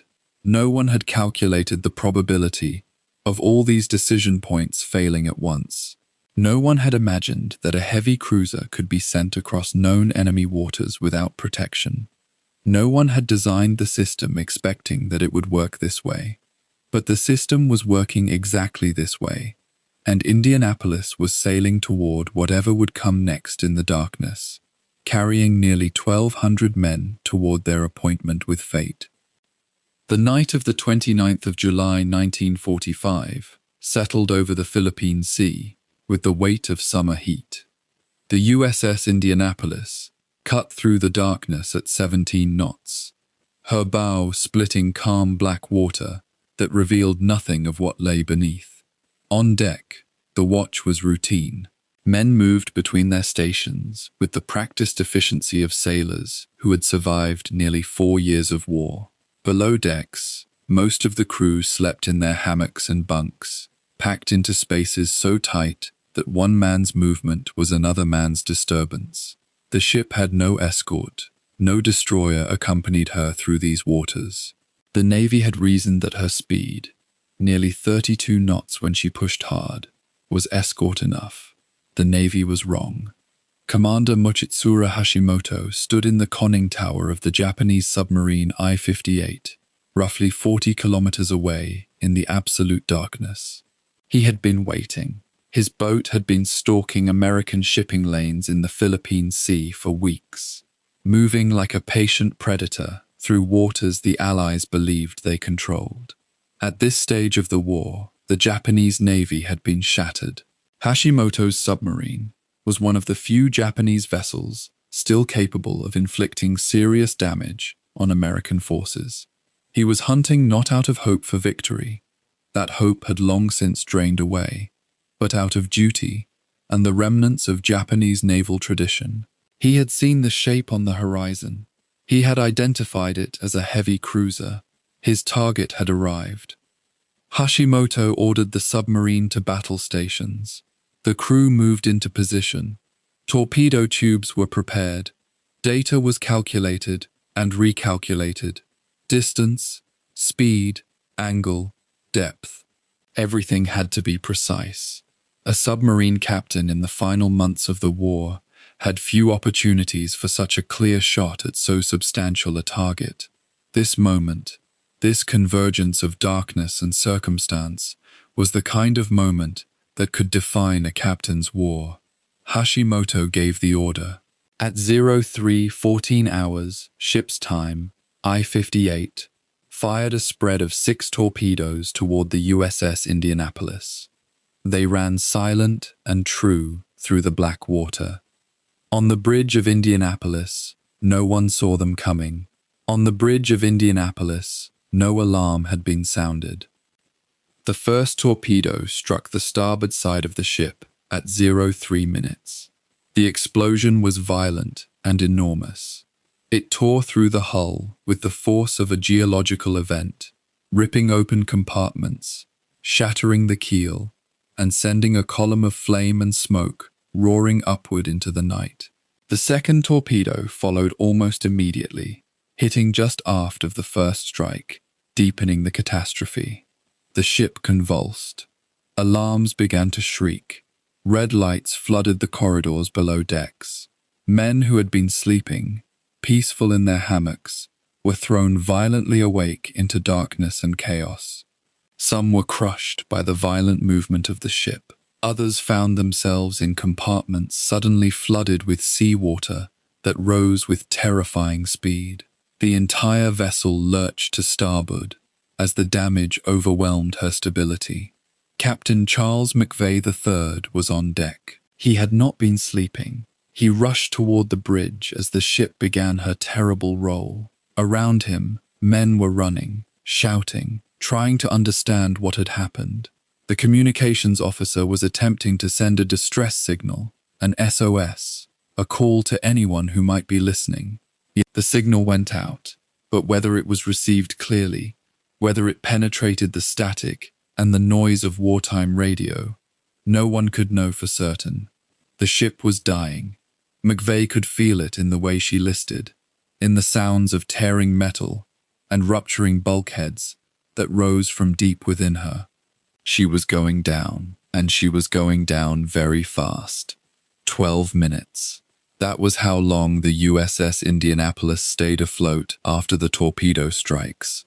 12 minutes from the moment of impact to the moment she rolled completely over and sank beneath the surface of the Philippine Sea. In those 12 minutes, nearly 1,200 men had to comprehend that their ship was lost, had to find their way out of a vessel that was tilting at impossible angles, had to make their way toward air and toward the faint hope of survival. Some men jumped from the deck as the ship went over. Others were thrown into the water by the force of the sinking. Some found themselves trapped below decks, in spaces that were flooding so quickly that escape became impossible. They died in the darkness, in the cold water, never knowing that their ship had been carrying components of the weapon that would end the war in the Pacific within weeks.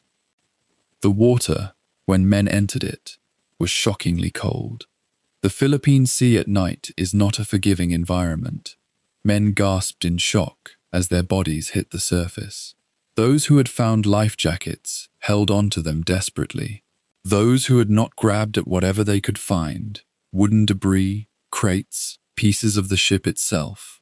The ship sank stern first, her bow rising high and thin against the starlit sky in a final, terrible gesture of defiance. And then she was gone. The USS Indianapolis, the ship that had carried the President of the United States, that had raced across the Pacific with the future in her hold, simply ceased to exist as a ship.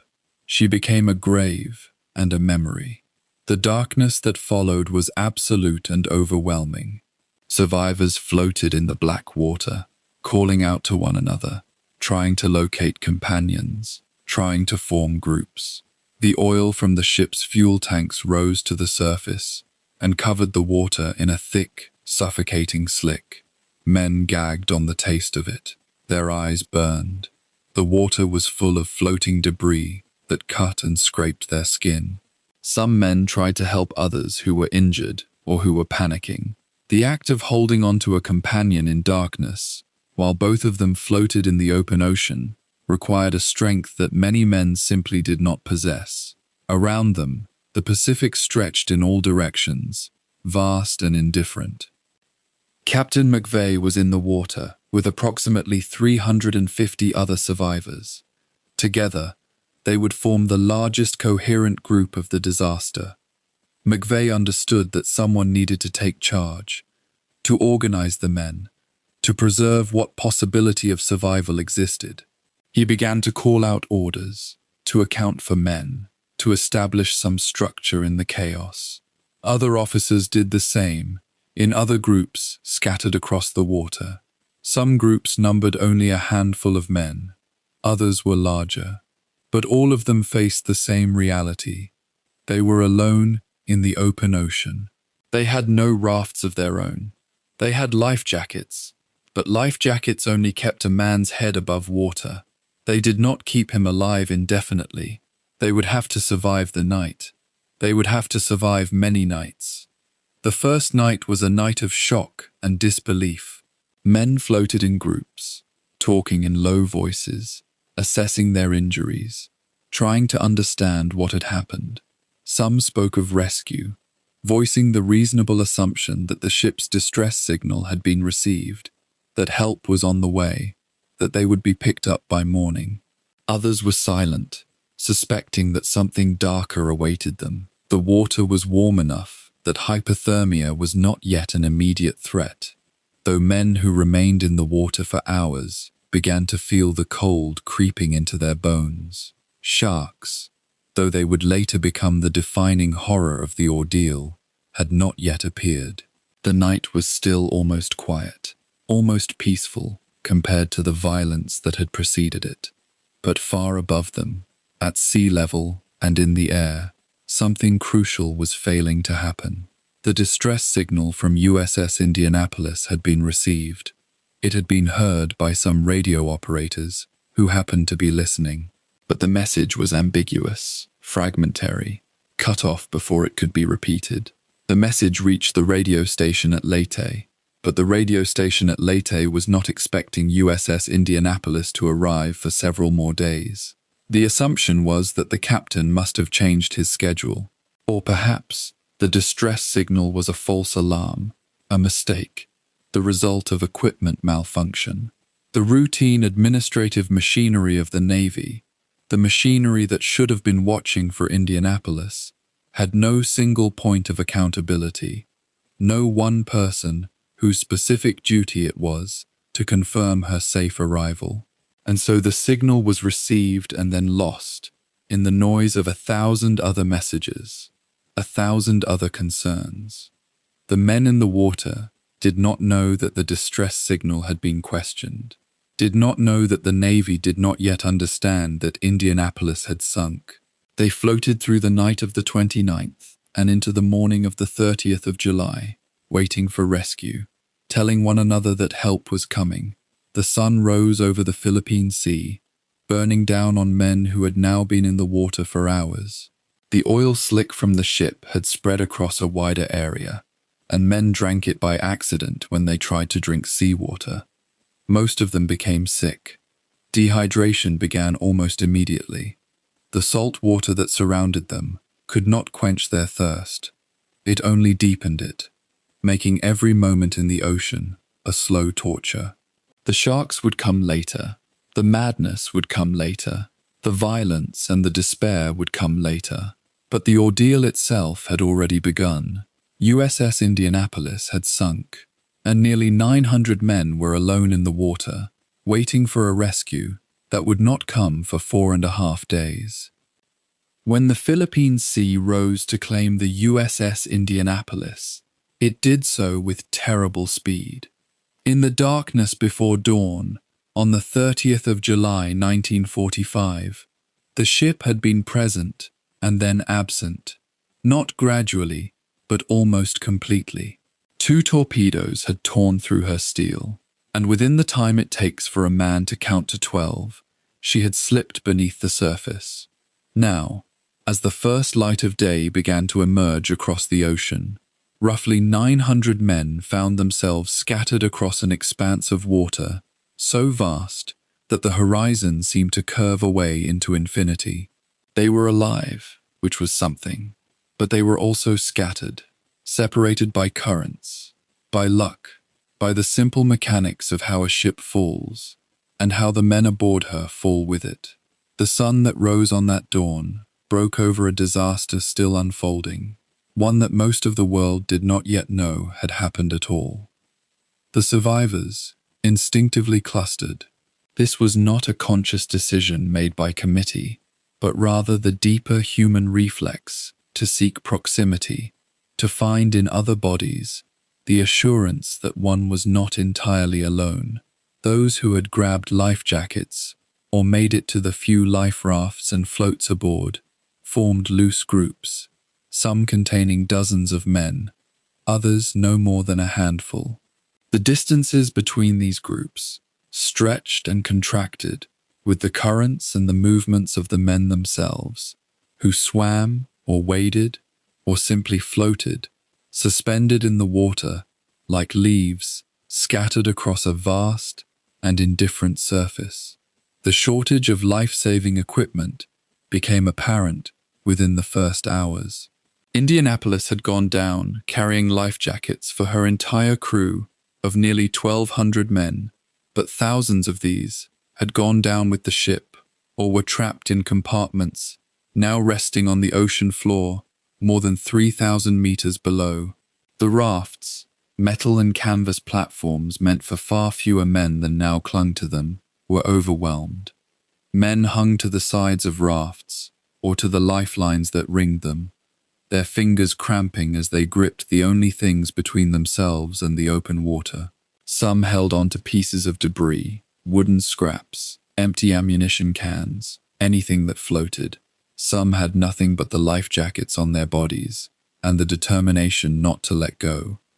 The physical state of the survivors was already dire. The sinking had been violent, and many men bore the marks of that violence. There were broken bones sustained in the crush of bodies during evacuation, or the impact of jumping or falling into the water. There were burns from the fuel oil fires that had erupted across the ship's surface and spread across the water itself, catching men in a burning slick as they entered the sea. Some of these burns covered large portions of their bodies, the skin raw and weeping, exposed to the salt water that brought searing pain with every wave. There were deep lacerations from sharp metal edges, from the jagged steel of the torn hull, from the machinery of the ship that had been exposed to the sea. There were men who had been struck by falling debris during the chaos of the sinking, and now bore the consequences. Internal injuries that would only worsen over time, concussions that made thinking difficult, shock that had not yet fully settled into their bodies. And there was the shock itself, the psychological blow of having survived something they never expected to survive at all. Many men were only partially conscious, moving through the water in states of dazed confusion, their minds not yet accepting what had happened to them or what they now faced. Captain Charles McVeigh III was among the survivors, having made his way into the water as his ship rolled beneath the surface. Unlike many of his crew, he was alive not because he had been fortunate, but because the ship's rolls and the chaos of evacuation had placed him in a position to escape. He emerged into the dawn with the weight of command still upon his shoulders. A captain without a ship, thrust into the role of survivor, with thousands of men dependent on his ability to think and act. In the hours after the sinking, he moved between the clusters of survivors, doing what he could to establish some order, some system of leadership that might prevent panic or the dissolution of structure into pure chaos. His voice, calling out to men to stay together, to ration their strength, to hold on to hope, became an anchoring point for some of the survivors around him. He understood, as many of the younger men did not, that the Navy would be looking for them. Ships did not simply disappear without notice. There would be searches, rescue vessels, planes scanning the ocean. They had to survive these first hours and these first days with the understanding that help would come, even if the exact hour of that help remained unknown. But McVeigh also understood something else that he could not tell his men, or at least, something that he understood but could not fully articulate, because he himself did not know all its dimensions. The ship had sunk without sending a distress signal that was confirmed received. The chain of responsibility for tracking her movements had been broken by bureaucratic oversight and assumption. At this moment, as he moved between groups of survivors, doing what little he could to maintain morale and order, nobody in the Pacific Fleet was certain that Indianapolis was missing at all. The Navy's machinery was grinding forward as if she were still afloat, still en route, still part of the known and accounted-for world. That knowledge, had McVeigh possessed it with certainty, would have transformed his situation from survivable ordeal into true catastrophe. But mercifully, that full knowledge was withheld from him for a few more hours. The formations that emerged during those first hours were fragile structures held together by proximity and the instinct to organize. Men separated into groups, partly by where they had surfaced, and partly by whatever officer or petty officer might have been close enough to assert some kind of leadership. There was the group around McVeigh himself, drawn together partly by his rank and partly by his voice, which carried across the water with the authority of command. There were other groups clustered around various other officers and enlisted men who found themselves in positions of temporary authority. The most significant formation was constructed around large floats and rafts. These became islands of relative safety, places where men could rest rather than swim, where the critical task of distributing the few resources available could be managed. But these islands were themselves in crisis. There were far more men in the water than there were places on the rafts.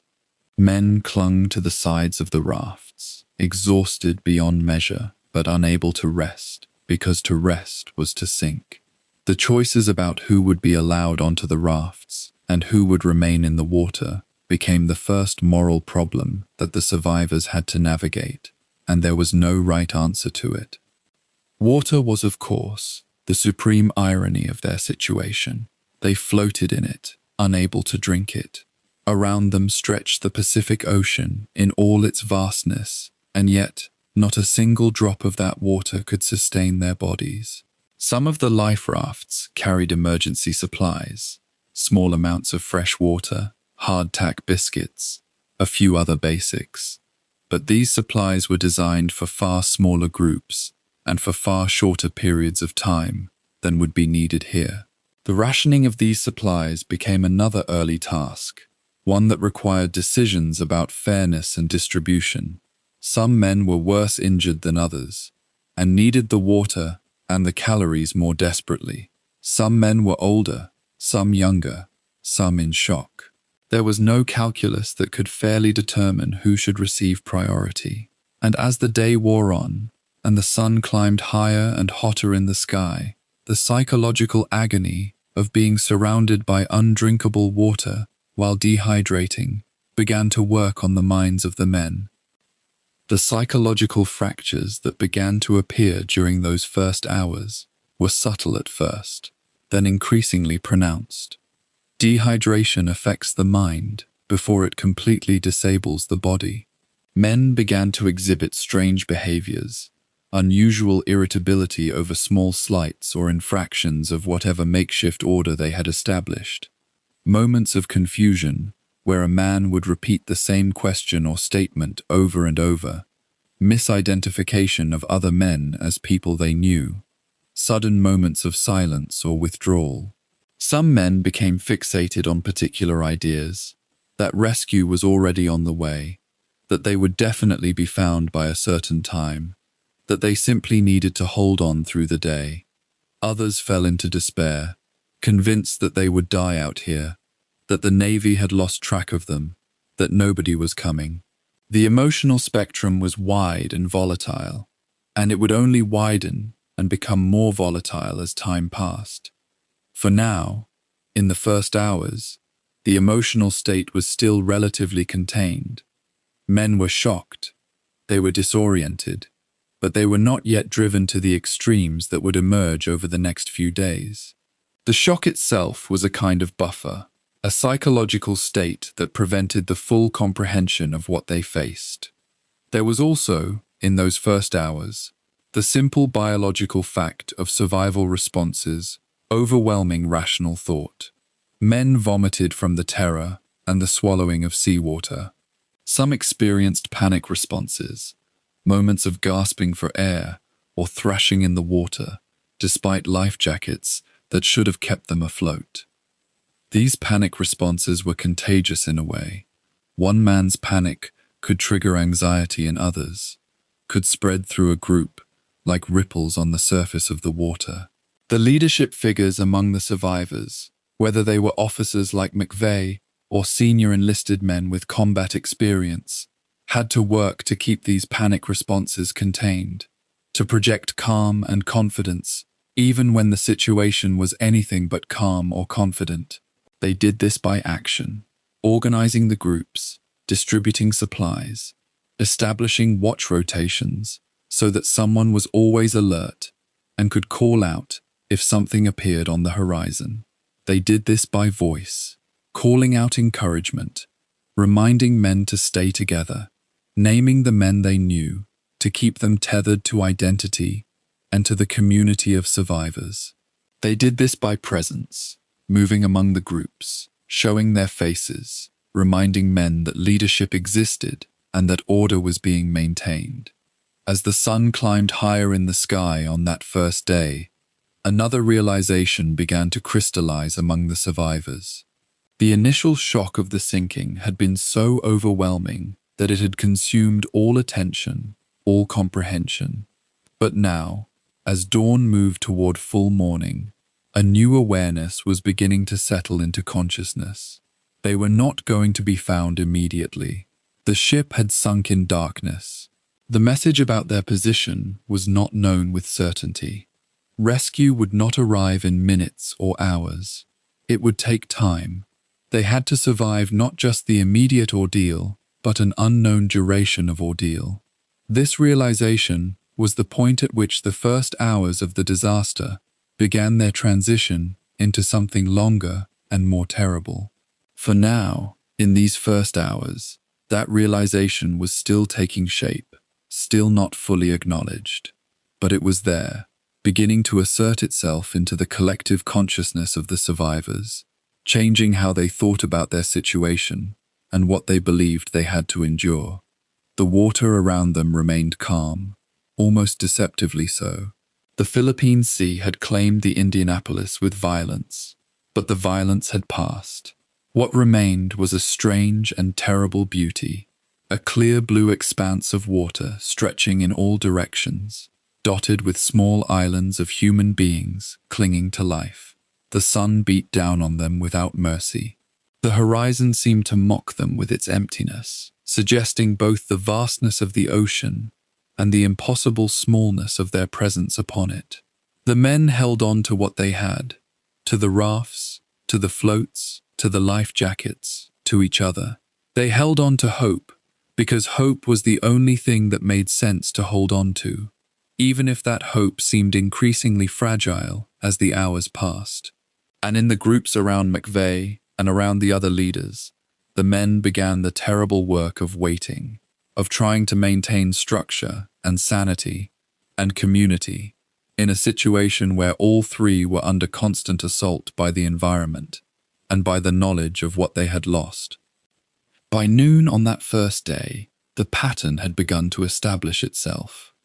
The survivors were organized into groups, some large and some small, distributed across miles of open ocean. The immediate shock had begun to give way to the slower, deeper horror of their circumstance.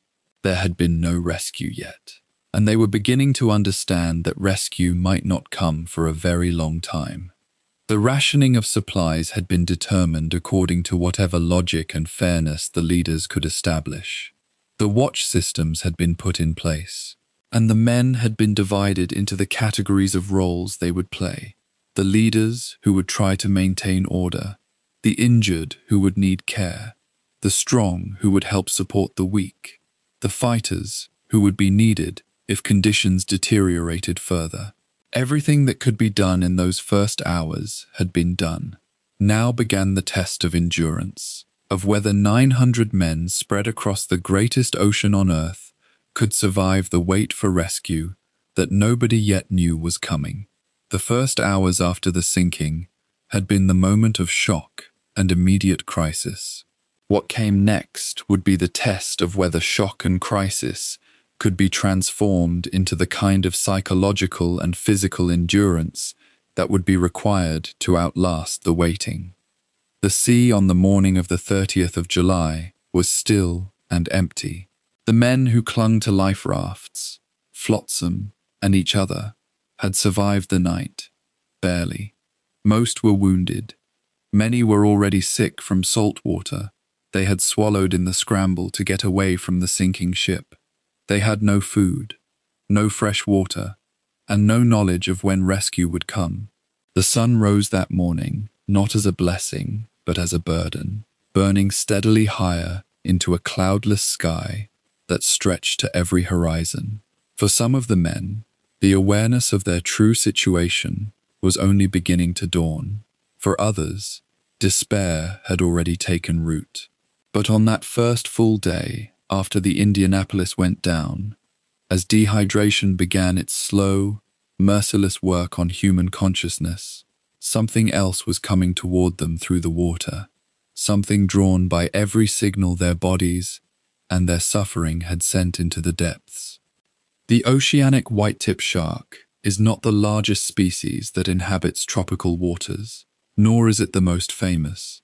It lacks the white teeth and dark terror of a great white. Yet in the Western Pacific, in the summer of 1945, this species would become synonymous with a particular kind of anguish. The white-tips are scavengers and opportunists.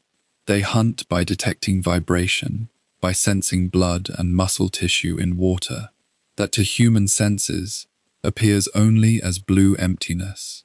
A dying man thrashing in the water, his wounds leaking, his movements erratic and desperate, is precisely the signal that draws them. By midday on the 30th, as the survivors began to understand the full dimensions of their abandonment, reports started to come in from different groups scattered across the ocean. Men were disappearing, not all at once, not in a single horrific attack, but one by one, at unpredictable intervals. Men who had been clinging to rafts, or to each other, simply vanished, pulled beneath the surface, or struck so violently that their companions could only watch and understand, too late, what had happened. The psychological weight of these attacks cannot be overstated. The men were already traumatized by the catastrophic destruction of their ship, by the experience of watching several hundred of their crewmates die in the explosion and the sinking. They were already frightened by the reality of abandonment, the fact that no rescue was coming, that the Navy did not know where they were, that they might be left to die in the open ocean.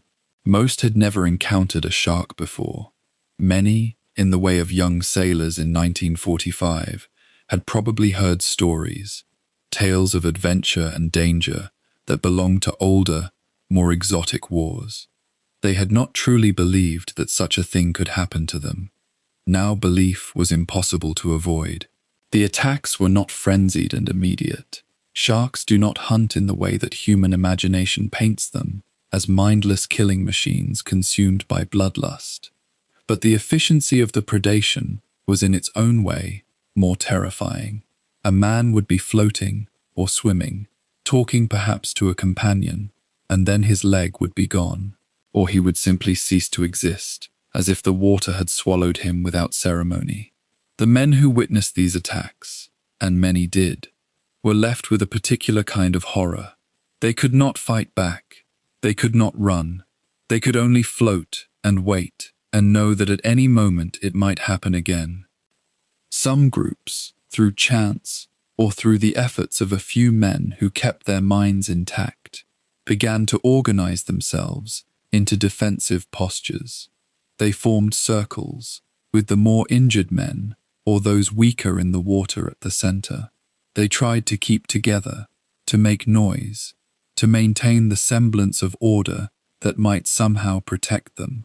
These strategies had limited practical value against an animal that hunts from below, that operates outside the realm of human perception until the moment it strikes.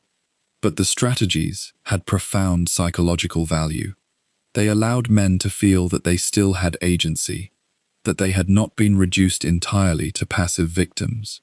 A few of the officers and senior enlisted men who had survived the sinking, men like Lieutenant Commander Lewis Haynes, the ship's medical officer, and some of the gunner's mates, took it upon themselves to move between groups when they could, to encourage the men to stay together, to maintain discipline and hope. These acts of leadership were small in the face of the enormity of what was happening, but they were not insignificant. They were acts of resistance against the sea, against despair, against the quiet assumption that everyone would die.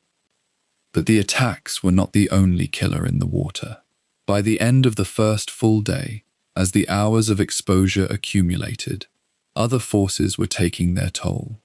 Dehydration was progressing with terrible speed. The men had swallowed salt water during the initial struggle to escape the ship, and many continued to do so throughout the first day and night, either because they could not help it, or because the thirst was driving them to drink, despite understanding on some level that it would hasten their deaths.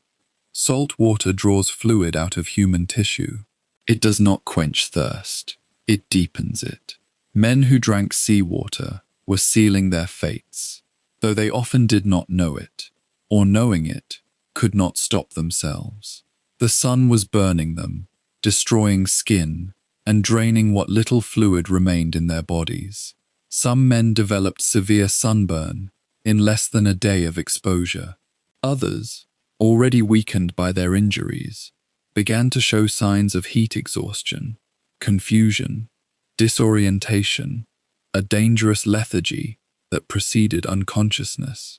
During the day, the water, though it offered no fresh water, at least kept their bodies from cooking entirely under the Pacific sun. But as night fell on the 30th of July, the men faced another trial. The water at night was cold, or as cold as tropical water becomes, perhaps 65 or 70 degrees, and the men who had no protective clothing, who were already exhausted and weakened, began to experience the first stages of hypothermia.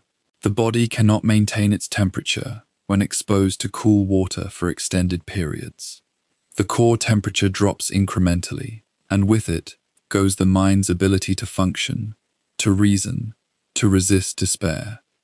The combination of these physical assaults, the fear of the sharks, the relentless dehydration, the burning sun, the cold of the night, the exhaustion, the wounds that would not close in salt water, created a perfect storm of suffering.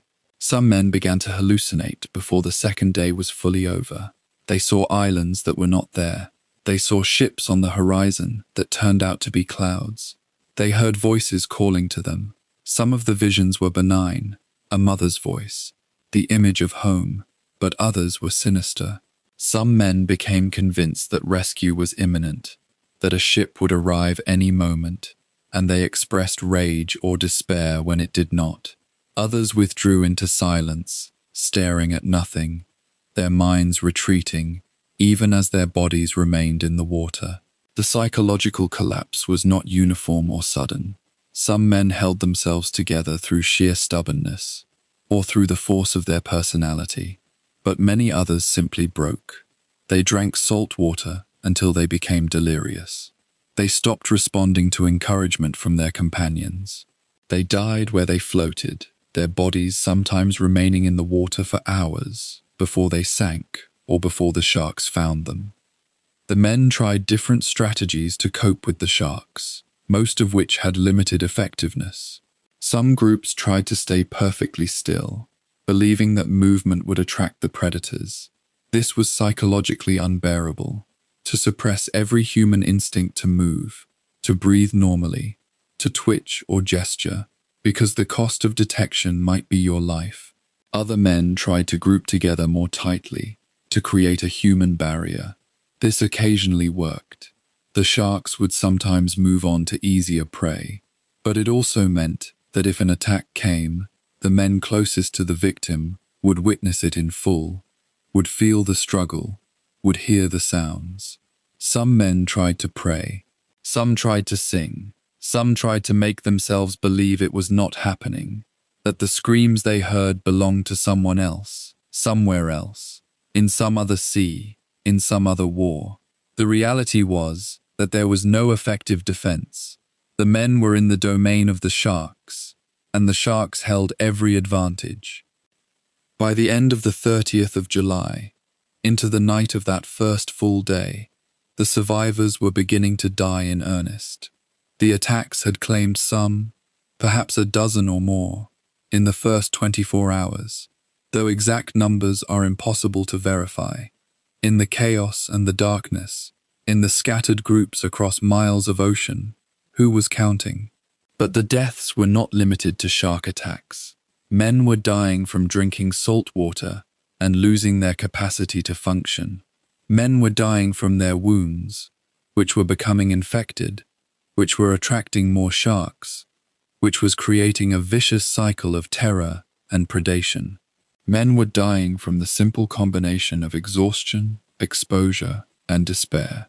The water that had seemed like an escape route from the burning ship was now becoming a slow execution, conducted not by any single hand, but by the cumulative failure of every system that might have saved them. And the worst part, the part that corroded hope most completely, was the certainty that in the Navy offices at Pearl Harbor, at San Francisco, at Leyte in the Philippines, no one was looking for them. No search had been mounted. No alert had been issued. The Indianapolis had simply vanished, and the naval bureaucracy had not yet noticed, let alone reacted. The men did what humans do in extremity. They endured. They looked after each other as best they could. A few men in better condition shared their raft space with the dying. Some men held on to companions who had lost consciousness, determined not to let them slip away. Some men sang the Navy hymn, hymns from childhood, popular songs from back home. Some men told stories, recounting their lives in detail to anyone who would listen, as if by narrating themselves aloud, they could convince the universe of their existence, could command their own survival through sheer force of testimony. These acts were both practical and desperate. The more a man had a reason to keep living, a companion who depended on him, a memory to recite, a song to finish, the longer he might survive. But they were also an acknowledgement of how little control anyone had.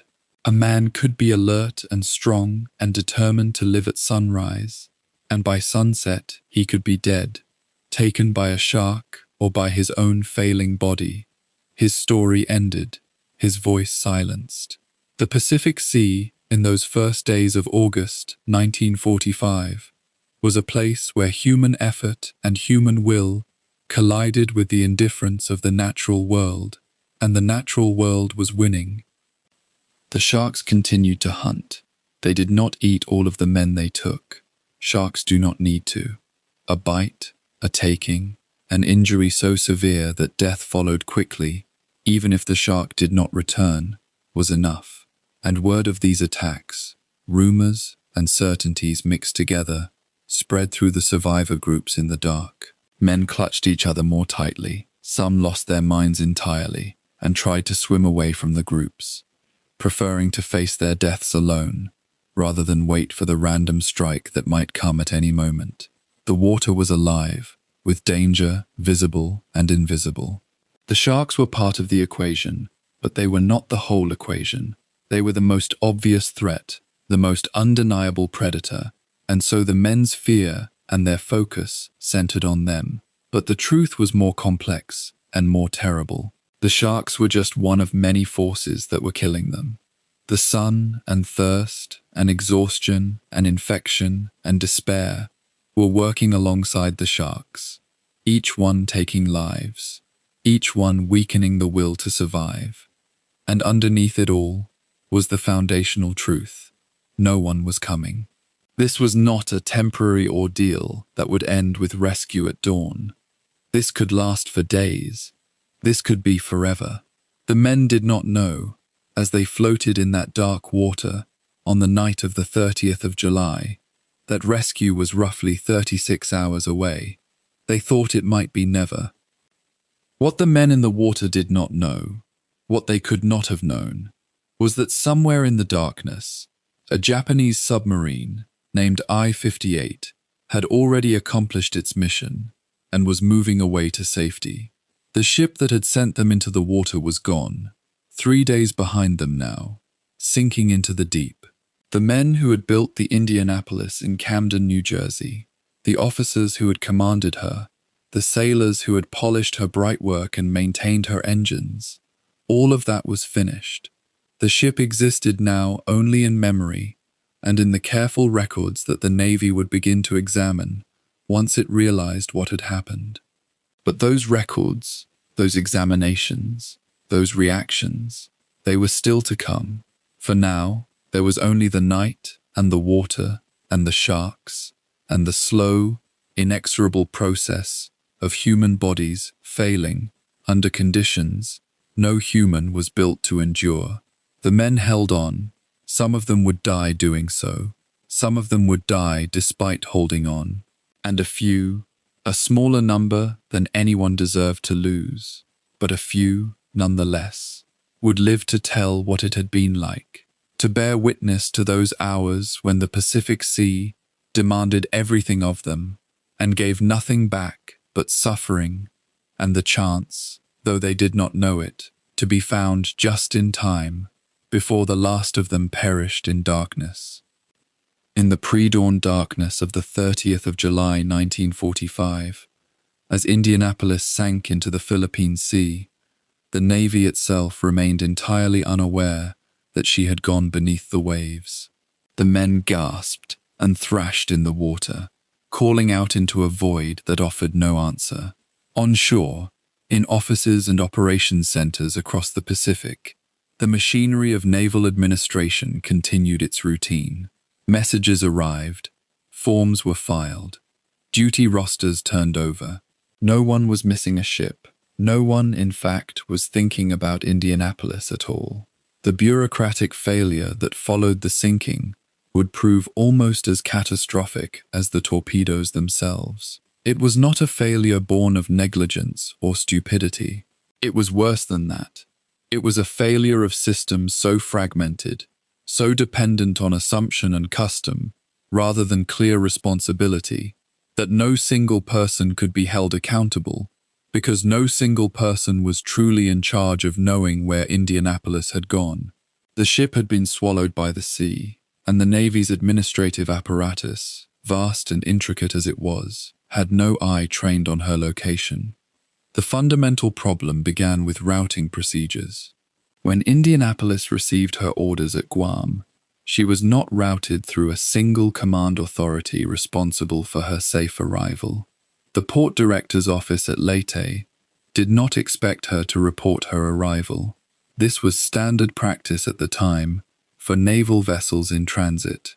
A destroyer, a cruiser, even a heavy cruiser like Indianapolis, these ships moved between ports under operational orders, and the assumption was that someone else was tracking them. The routing officer in one command assumed the receiving port would note her arrival. The receiving port assumed the routing officer was maintaining a record. The chain of custody was invisible.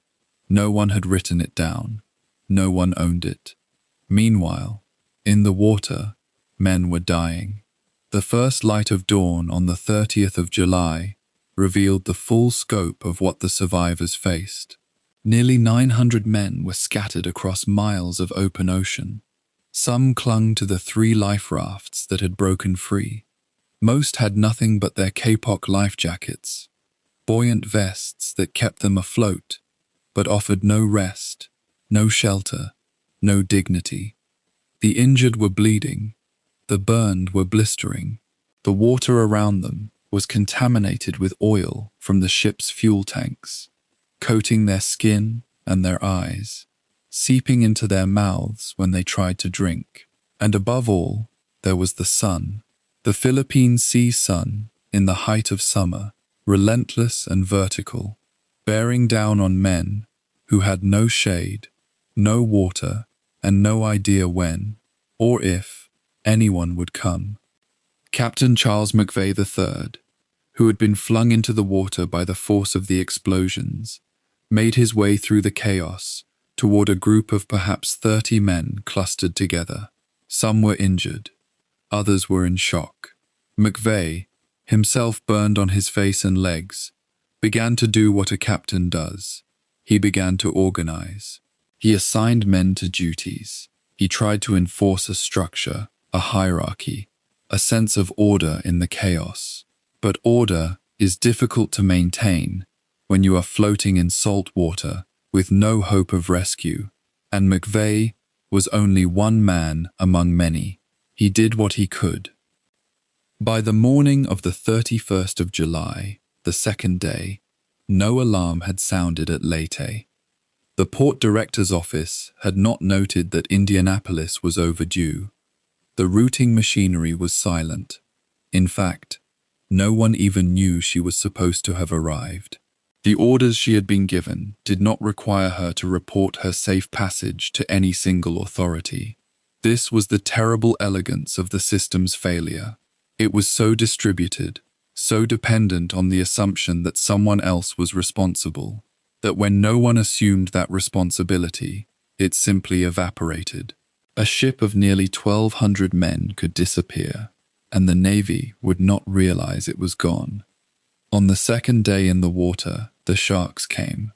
But on the second day ashore, in the offices that were supposed to be maintaining the Navy's picture of the Pacific, life went on in its ordinary way.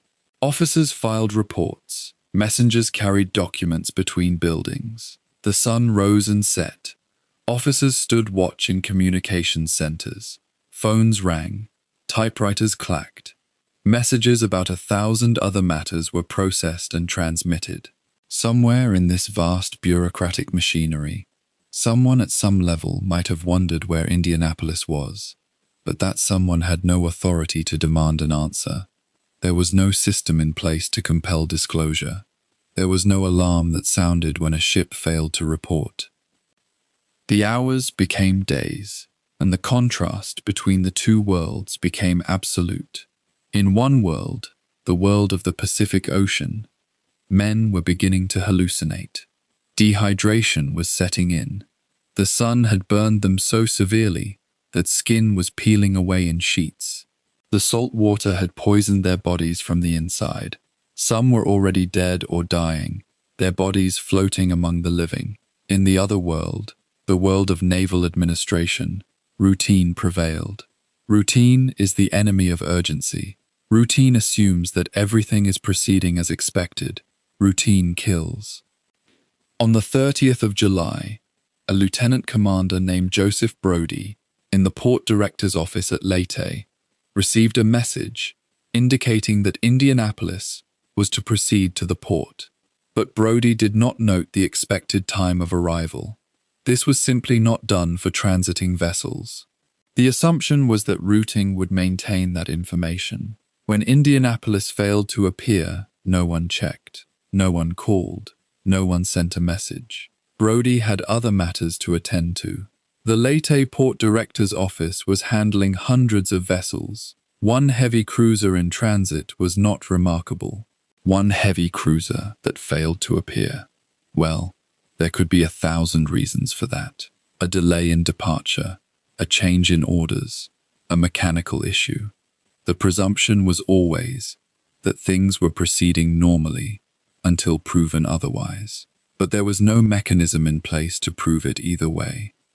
The Third Fleet had its own routing officers, and they were occupied with entirely different concerns. A fleet in combat operations is not a tidy administrative apparatus. It is a machine of war, and war is chaotic. Orders change. Ships are rerouted. Some vessels are under one command, some under another. The routing officers did not have time to worry about whether a cruiser had arrived safely at a port. Their job was to get ships where they were needed for the next battle. Indianapolis had delivered her cargo and had been given new orders. She had accomplished her primary task. She was moving on to her next assignment. Who cared where she was, so long as she was moving in a tactical direction? This was the unspoken assumption. No one had written it down, but it governed everything. On the 2nd of August, a Navy patrol aircraft on a routine anti-submarine patrol spotted the oil slick. It was not flying in search of Indianapolis. It was not responding to a report of a missing ship. There was no report. The aircraft was simply doing what it did every day, flying through the sky, watching for submarines, maintaining the Navy's presence over contested water. The pilot saw the slick and the shadows in the water. He saw the men. He radioed for assistance. And only then, only in that moment of accidental discovery, did the Navy realize that something was desperately wrong. The officers who received that radio call were confused at first. A ship missing? Here? Now? They checked their records. They called the port director's office at Leyte. They asked when Indianapolis was expected. The answer came back. She was not expected to report. The routing acknowledged that she had been ordered to proceed to the Philippines, but whether she had arrived was not considered a matter of operational concern. The ship had been ordered to move. She was moving. That was all that mattered to the bureaucracy. It never occurred to anyone in that bureaucracy that she might be floating in pieces on the ocean floor, with nearly 900 of her men dying in the water above her. This is the true shape of the tragedy. It is not the shape of a single moment of incompetence. It is not the shape of one man making one terrible decision. It is the shape of a system that had no fail-safe, no redundancy, no single point where someone was responsible for knowing. It was a system that assumed things would work out, that assumed someone else was keeping track, that assumed that silence meant everything was fine. And when that system met reality, when a ship was actually sunk by an enemy submarine, the system offered no resistance. It did not catch the disaster. It did not slow it. It did not even acknowledge it was happening. The machinery of war had no idea that one of its own had been swallowed by the sea, and by the time it discovered the truth, it was almost too late to save anyone. The Philippine Sea in late July 1845 was not a place meant for human survival. It was an ocean without mercy, without structure, without the mercy of even a clear horizon. By the 3rd day in the water, the 1st of August, the men of Indianapolis existed in a state that was barely survival at all. Most of them still clung to pieces of wreckage or life rafts, designed for perhaps a quarter of their number. The rafts, small and overcrowded, had become floating islands of chaos, where the logic of the sea had begun to overpower the logic of civilization. Those men who still possessed some clarity understood what was happening around them. Those who did not, and their numbers were growing, began to inhabit a different reality altogether. The sun had not relented in a single hour. The nights brought a cold that seemed impossible after the furnace of the days, and the contrast between extremes had worn down the body's capacity to regulate itself. On the open water, with no fresh water to drink, the human organism could last perhaps 3 days before the mind began to fracture. For some, it happened sooner. For others, it took until the 4th day. But when it came with a force that altered everything. Dehydration is not a gentle process. It does not kill a man quickly or mercifully. It kills by degrees, stealing first the body's ability to sweat, then the mouth's ability to produce saliva, then the kidney's ability to function. The lips crack, the tongue swells and hardens, until it feels like a piece of wood lodged in the mouth. The eyes sink deeper into the skull, the skin becomes papery and stretched tight, and the brain, The brain suffers first and most severely. Seawater, which surrounded them in infinite quantities, began to exert an almost supernatural pull on men whose reason was disintegrating. The salt content of seawater is lethal to human kidneys. Drinking it does not quench thirst. It intensifies it, pulling water from the cells and accelerating the dehydration that was already consuming them. Many men in the water, their minds beginning to slip, could not resist the temptation. They would drink from the ocean that surrounded them. The other men in their group would try to stop them, holding them back, begging them to wait for rescue, reminding them that rescue was coming. But the men whose minds were already fragmenting could not be reasoned with. They drank. Their thirst did not diminish. It only grew worse, more frantic, more desperate. And the act of drinking seawater accelerated their decline into something that was no longer quite thought. Hallucinations began to appear on the second full day and intensified through the third and fourth. A man would suddenly cry out that he could see land, that there was an island just beyond the horizon, that fresh water was waiting there, that they needed to swim toward it right now.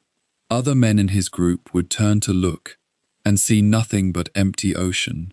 The hallucination was so vivid, so real in the mind of the man experiencing it, that it could not be argued away. It had to be resisted physically. Men who were strong enough would hold their companions, preventing them from slipping over the edge of the raft and swimming toward a shore that did not exist. As the hours passed, and more men began to lose their grip on consensus reality, the rafts became places of quiet nightmare. A man might suddenly become convinced that he was home, that the raft was his house, that the men around him were his family. Another would insist that fresh water was stored beneath the raft, somewhere just out of reach. Another would fixate on the idea that the rescue ships had already passed them by, that they were already dead, that this was what death was. These were not momentary confusions. These were sustained episodes where a man's sense of where and when and what he was had become fundamentally unreliable. The psychological state of a man dying of thirst becomes increasingly unstable. The fear that accompanies the knowledge that rescue may not come, that no one knows where they are, that the Navy did not even know they were missing, this fear had the effect of a poison that worked slowly through the groups. Some men began to rage. Others became withdrawn and silent. A few developed a kind of grim practicality, understanding at some level what was happening and accepting it. But acceptance brought its own dangers. A man who had given up was a man who could no longer hold others together, and holding together had become the only real currency of survival. The groups of men clustered around the life rafts and flotation devices had to maintain some kind of order, some kind of shared agreement about how to behave, or they would collapse entirely. The men began to die, not just from thirst and heat and the grinding physical processes of starvation and dehydration, but from the collapse of the social structure that had allowed them to continue. They died from despair. They died from the conviction that no one was coming. They died because the man next to them had decided that death was preferable to another hour of this. By the third and fourth days, violence had begun to emerge in some of the groups. Not the organized political violence of war, but the frantic, desperate violence of men at the absolute end of their endurance. A man driven mad by dehydration and heat, and the conviction that he was drowning, would sometimes turn on his companions.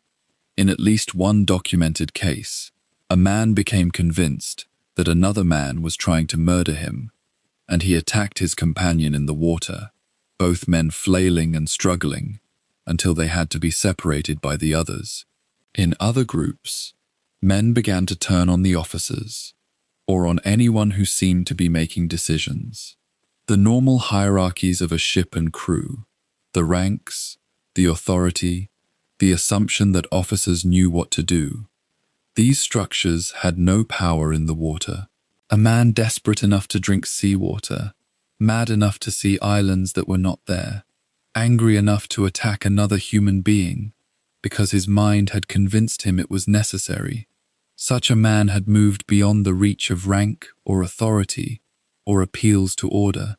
What mattered was the raw, animal power of survival. What mattered was the minute-by-minute choice to keep breathing. And yet, and this is what makes the story of Indianapolis not a simple story of descent into chaos. There were men in those groups who somehow maintained a kind of coherence despite everything. These were men who, even as their bodies deteriorated and their minds struggled against the pressure of what was happening, refused to let go of a kind of rough humanity. A man named Dr. Lewis Haynes, a ship's surgeon, had survived the initial sinking and made his way to one of the larger groups. Despite his own suffering, despite his own thirst and fatigue, he moved between the men, trying to tend to their wounds, trying to offer some kind of medical guidance, trying to remind them that they might still live. He did not have medicine. He did not have tools. What he had was presence. The act of someone paying attention to you, of someone speaking to you, of someone insisting that you still mattered. This had a power that was almost magical in its effectiveness. Men who might have given up did not give up because someone was still treating them as though they might survive. Men whose minds were beginning to fracture sometimes found a kind of anchor in another person's certainty. Captain Charles McVeigh III, who had survived the sinking, was present in the water as well, though the isolation of the groups meant that many of the men never saw him and had no way of knowing where he was. McVeigh was haunted by the knowledge that the ship had sunk, that nearly all of the men had gone into the water, and that he had survived while so many had not. But he moved among the men in his particular group, trying to maintain order, trying to establish routines, rationing the small amount of water they had managed to salvage, trying to organize the men so that those who were strongest could help those who were weakest. He was not heroic in the grandiose sense. He was simply present. And he continued to exercise authority not because anyone had explicitly given it to him, but because the men in his group sensed that they needed some kind of structure, some kind of decision-making beyond the moment-to-moment impulses of despair and madness. There were stories that emerged from those groups, accounts given by survivors after they were rescued, of men who gave up their places on the rafts so that others might have slightly better chances. A man might slip away into the water at night, surrendering his spot to someone younger, someone with a family, someone whose life seemed to have more ahead of it. These acts of sacrifice were not announced or celebrated at the moment they happened. They were quiet choices made in darkness and despair, choices that sprang from a kind of calculus about worth and fairness that had no real basis in any law or rule. They were simply expressions of something that human beings seemed to have maintained, despite everything, a capacity to recognize that other people existed, that their lives mattered, that in the face of a vast and uncaring ocean, there was still something that bound survivors to one another. By the fourth day, the groups were separated by distances of miles and water, and the fundamental isolation of people who could not communicate with one another. Some men had already died. Others were in the final stages of dehydration and hypothermia, and what one account called the madness of the water. In some groups, the violence and despair had broken the social bonds that had allowed the men to exist together. In other groups, the bonds somehow held, not because the suffering was less, but because someone had insisted that they hold. The men did not know that a patrol aircraft had been dispatched on an anti-submarine patrol from the island of Peleliu. They did not know that this aircraft would fly directly over the oil slick, and the men scattered across the water. They did not know that they were less than 18 hours away from being seen, from being marked on a map, from being transformed, from missing to found. They knew only the immediate moment, the salt crust on their lips, the hallucination of land on the horizon, the face of another man who might be dying beside them, the faint and almost impossible hope that morning would come, and they would still be alive to greet it.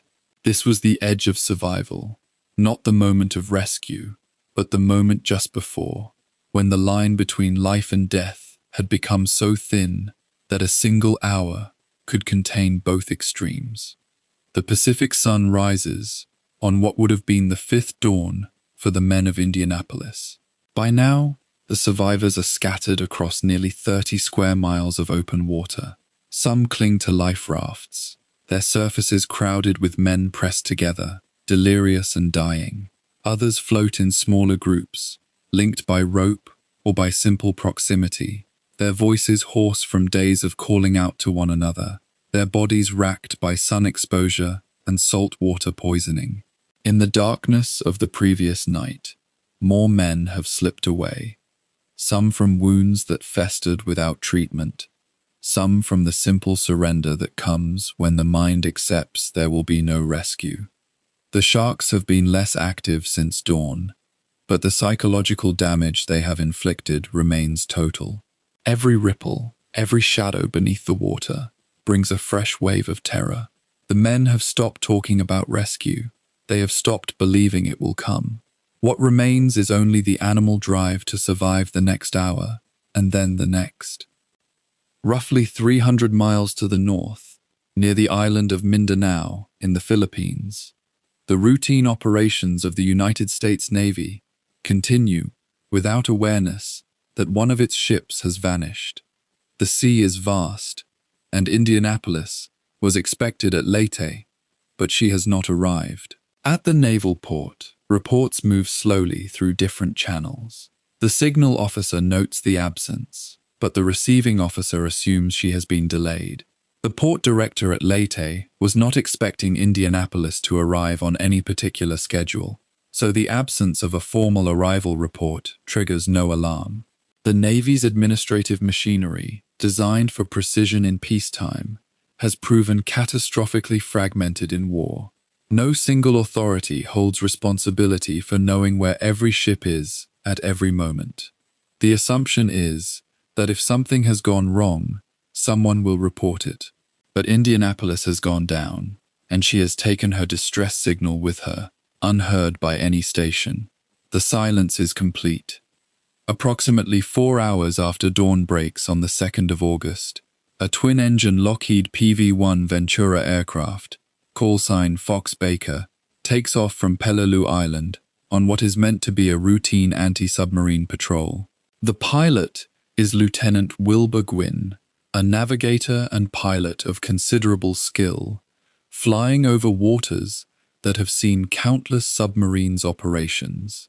His mission is straightforward: sweep the assigned coordinates, look for evidence of enemy underwater activity, and return. There is no specific intelligence suggesting a Japanese submarine is in the area, but the routine flights exist precisely because intelligence is always incomplete. The patrol is meant to be precautionary. The sea below, when Gwyn and his crew reach their assigned zone, appears empty. Miles and miles of grey-blue water, white caps catching the light, and nothing that would suggest tragedy below or within it. Then, at approximately 2 o'clock in the afternoon, one of the crew members spots something. It is not a periscope or a wake. It is a slick on the water, an oil slick, wide and dark, marking the presence of something catastrophic beneath the surface. From 2,500 feet above, Gwyn banks the aircraft toward the phenomenon. Oil slicks are not uncommon in the Pacific. Ships are damaged, ships leak, ships sink, but this one is large, and it persists. As the Ventura descends for a closer look, the crew begins to see what the oil slick marks. The water below contains dozens of human heads, hundreds of them. Men clinging to life rafts, Men floating in clusters. Men scattered across the sea like broken dolls, their uniforms visible even from altitude, identifying them unmistakably as United States Navy personnel. Gwyn's crew understands immediately what they have found. They have found an American ship in the process of dying, and its crew in the final hours of their own survival. The shock registers instantly, but there is no time for shock. Gwyn brings the aircraft lower, circling the survivors, assessing the scale of the disaster below. The men in the water see the plane and begin waving, some of them mustering what remains of their strength to signal. They have been in the water for nearly 4.5 days. They have seen no rescue. They have begun to believe rescue would never come. Now a Navy aircraft circles them, and hope surges through them with an intensity that is almost physically painful. Some men weep, some shout, though their voices are far too small to reach the aircraft. The crew aboard the Ventura begin to transmit urgent radio messages. Aircraft to base, aircraft to any Navy vessel in the area, aircraft to anyone listening. They have found survivors. They have found hundreds of them. The message goes out over Navy radio at approximately 2 o'clock in the afternoon on the 2nd of August. The survivors of Indianapolis require immediate rescue. The message creates chaos in the best possible way. The aircraft drops a large rubber life raft and supplies, fresh water, emergency medical kits, cigarettes, foods that require no preparation. The supplies fall toward the water, and men who have had only salt water for days rush toward them. A rescue swimmer is deployed from the aircraft, though with considerable risk, and he enters the water to begin assessments and to attempt some direct aid. But even with an aircraft overhead and supplies being dropped, the men below understand a simple fact. An aircraft cannot rescue them. They need ships. They need vessels with hulls and cargo holds, with crews trained in sea rescue, with the capacity to pull men from the water and provide shelter. The aircraft is a messenger, and the message is spreading now through Navy channels. Indianapolis is down. All hands are in the water. The numbers are still being assessed, but hundreds are surviving, and they are dying while the message spreads. The radio calls trigger a desperate coordination among Navy vessels scattered across the region. A destroyer escort named USS Cecil J. Doyle, which happens to be within range, receives the distress call and immediately alters course toward the coordinates being broadcast by Gwyn's aircraft. The Doyle's commanding officer understands the urgency. He orders maximum speed, somewhere in the vicinity of 16 knots. He mobilizes his crew to prepare rescue operations, to ready the accommodation spaces, to prepare medical facilities. He pushes his ship harder than he has perhaps ever pushed it, driven by the knowledge that every minute of transit time is another minute that men are dying in the water. Other vessels are also converging on the site. The USS Indianapolis, a new heavy cruiser unrelated to the ship that has sunk, begins sailing toward the reported coordinates. The USS Helm, a destroyer escort, changes course. The USS Hazelwood, another destroyer escort, receives the call and moves toward the growing cluster of rescue operations being organized in the middle of the Philippine Sea. Behind all of this, behind Gwyn's aircraft, behind the ships rushing toward the survivors, behind the radio traffic now congesting Navy frequencies, is a single element of chance that approaches the miraculous. The patrol flight of Lieutenant Wilbur Gwyn was not scheduled to fly that route on that day at that hour. Patrol routes rotate, air crews are reassigned, weather changes plans. The oil slick would have drifted. The survivors would have continued to spread across the water, driven by currents. Another patrol, flying a slightly different route or a different time, might have seen nothing. The men in the water might have simply disappeared, and the Navy would have continued for days or weeks with its administrative confusion, not realizing Indianapolis was gone. But Gwyn's flight, on that particular day, on that particular route, at that particular hour, saw the slick. The discovery, when it finally comes, is not the result of any coordinated search effort. It is pure chance, and for the men in the water, it is the difference between being found and being lost forever. As afternoon turns toward evening, on the 2nd of August, the USS Cecil J. Doyle arrives first at the location. The sight that greets the crew shocks them despite the warning they have received. The water is literally filled with men. The ship slows, cuts its engines to near idle to prevent propeller strikes, and begins the systematic work of rescue. Life nets are lowered over the sides.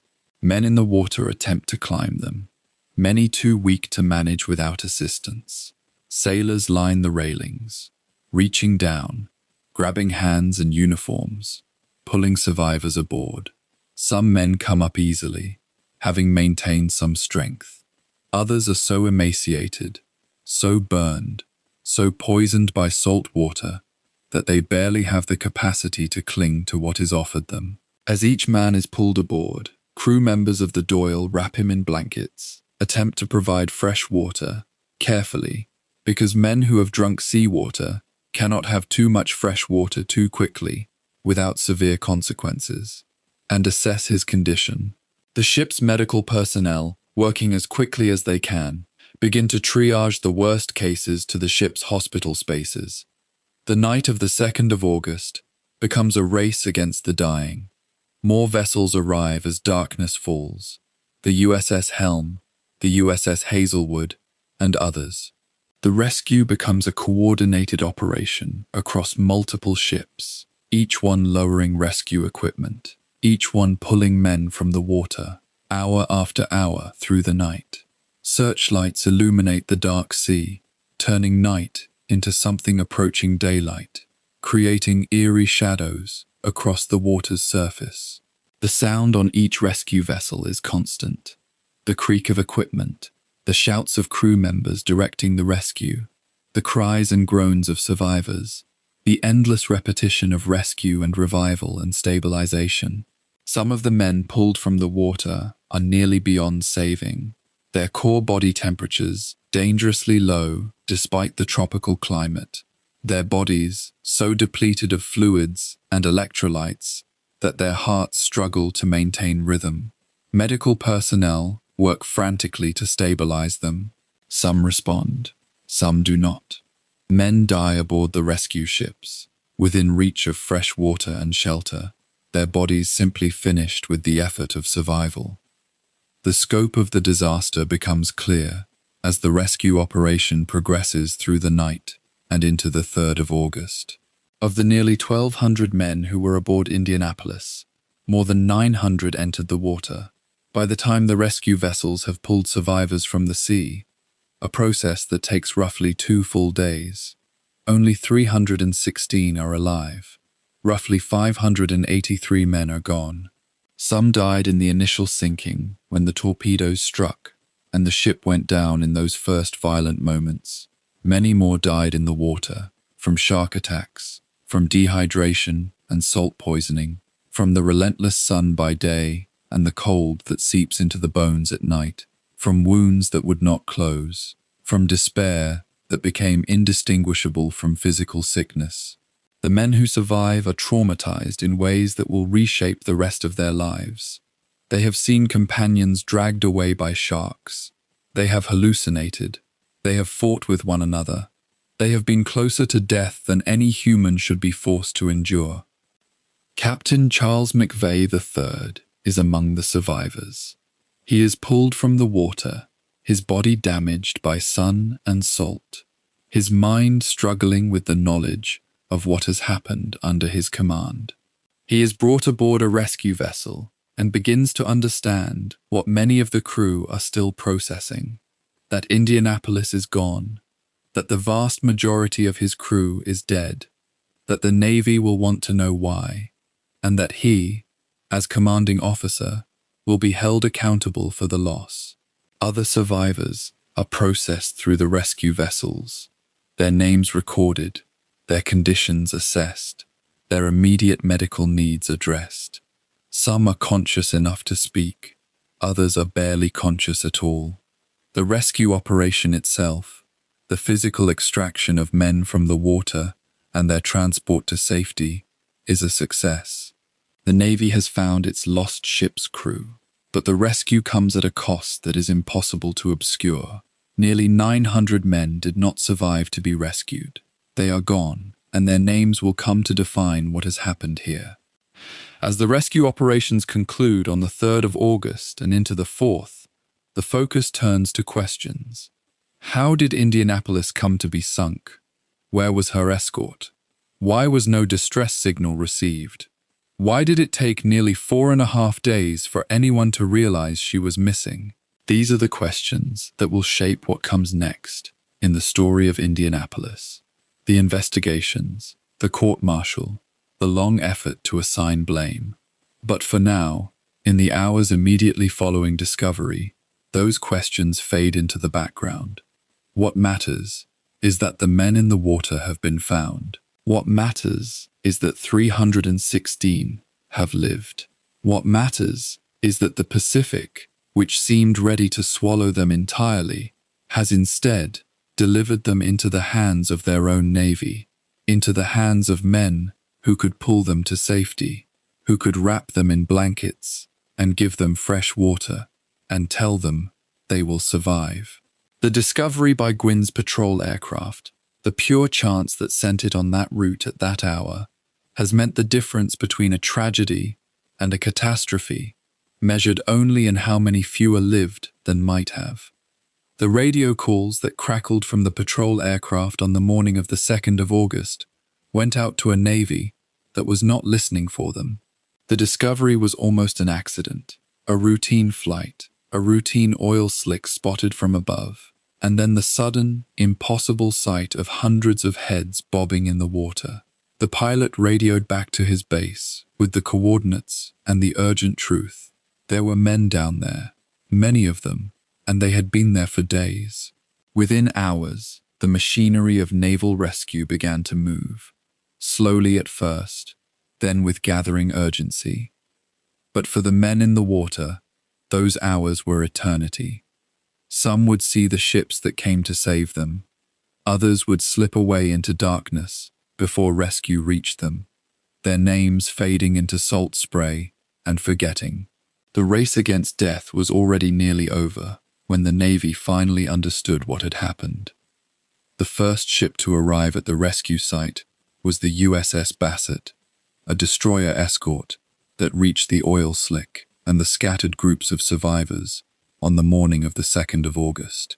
Her captain, Lieutenant Commander William Claytor, stood on the bridge and looked out at a sight that would haunt him for the rest of his life. The water was full of men in various states of consciousness and decomposition. Some were lashed together in crude raft formations. Others floated alone, their life jackets the only thing keeping them above the surface. The color of the water had changed where so many bodies had been floating. It had taken on a kind of rust-brown hue from blood and exposure. As the Bassett began to maneuver among the survivors, her crew could see the scale of the catastrophe. Men who had been in the water for nearly 4.5 days were burned by the sun, their skin peeling away in sheets, their lips cracked and bleeding. Dehydration had drawn their faces into something barely human. Some men could barely speak. Others screamed or wept when they saw the ship. A few were so far gone that they had to be restrained as they were pulled aboard, their minds broken by thirst and sun and the weight of watching companions die. The rescue itself was a terrible choreography of mercy and desperation. Nets were thrown over the side of the Bassett. Lifelines were rigged. Crew members stood at the rail and reached down to grab at hands and arms and shoulders. But many of the survivors could not help themselves. They had to be hauled up like cargo, their bodies limp, their strength exhausted. Some men, pulled from the water, collapsed immediately on the deck and had to be carried below.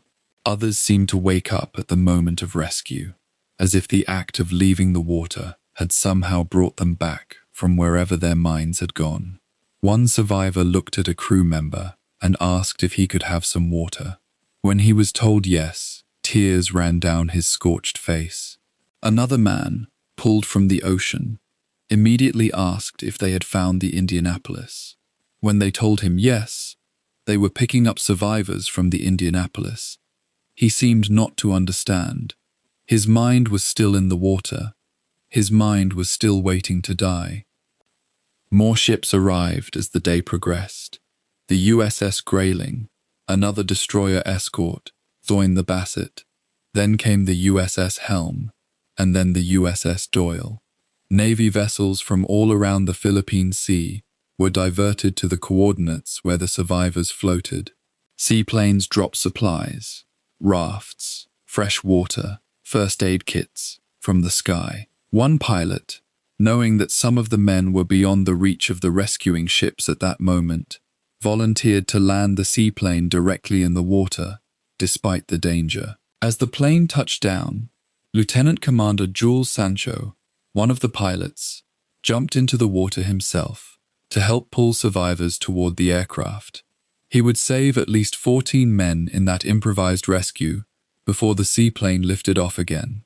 These were men of ordinary rank who did extraordinary things, not because they were heroes, but because the alternative was to watch people die when rescue was possible.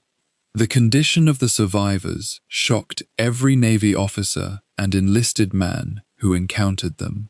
The doctors and medical personnel aboard the rescue ships had nothing in their training that prepared them for what they saw.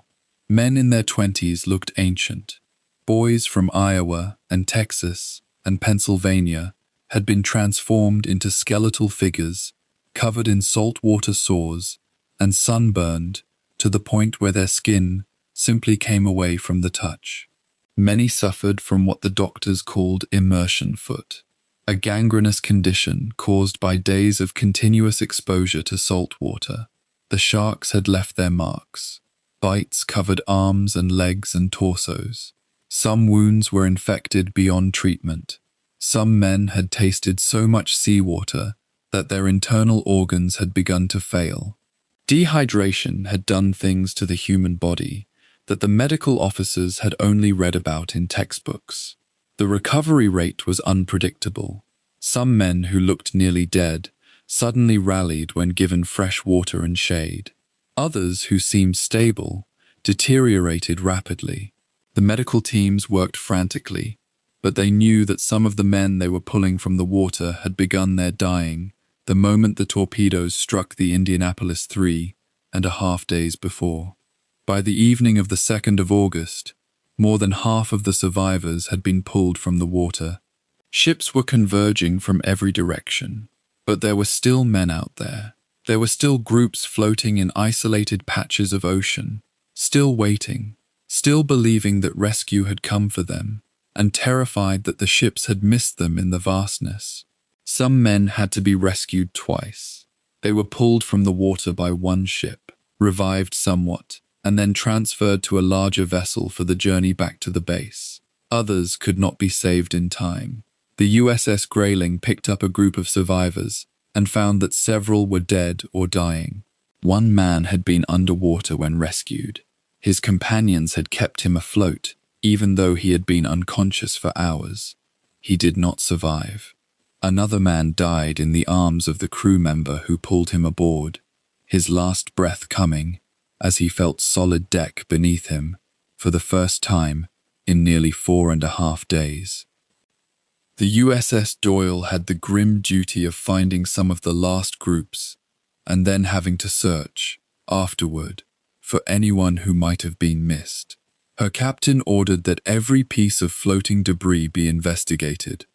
Rescue swimmers went into the water in the fading light of the evening to check bodies that turned out to be corpses, to verify that the search was complete. The ocean was enormous. The number of men who had been alive at dawn seemed impossible to account for in full. Names were checked against rosters.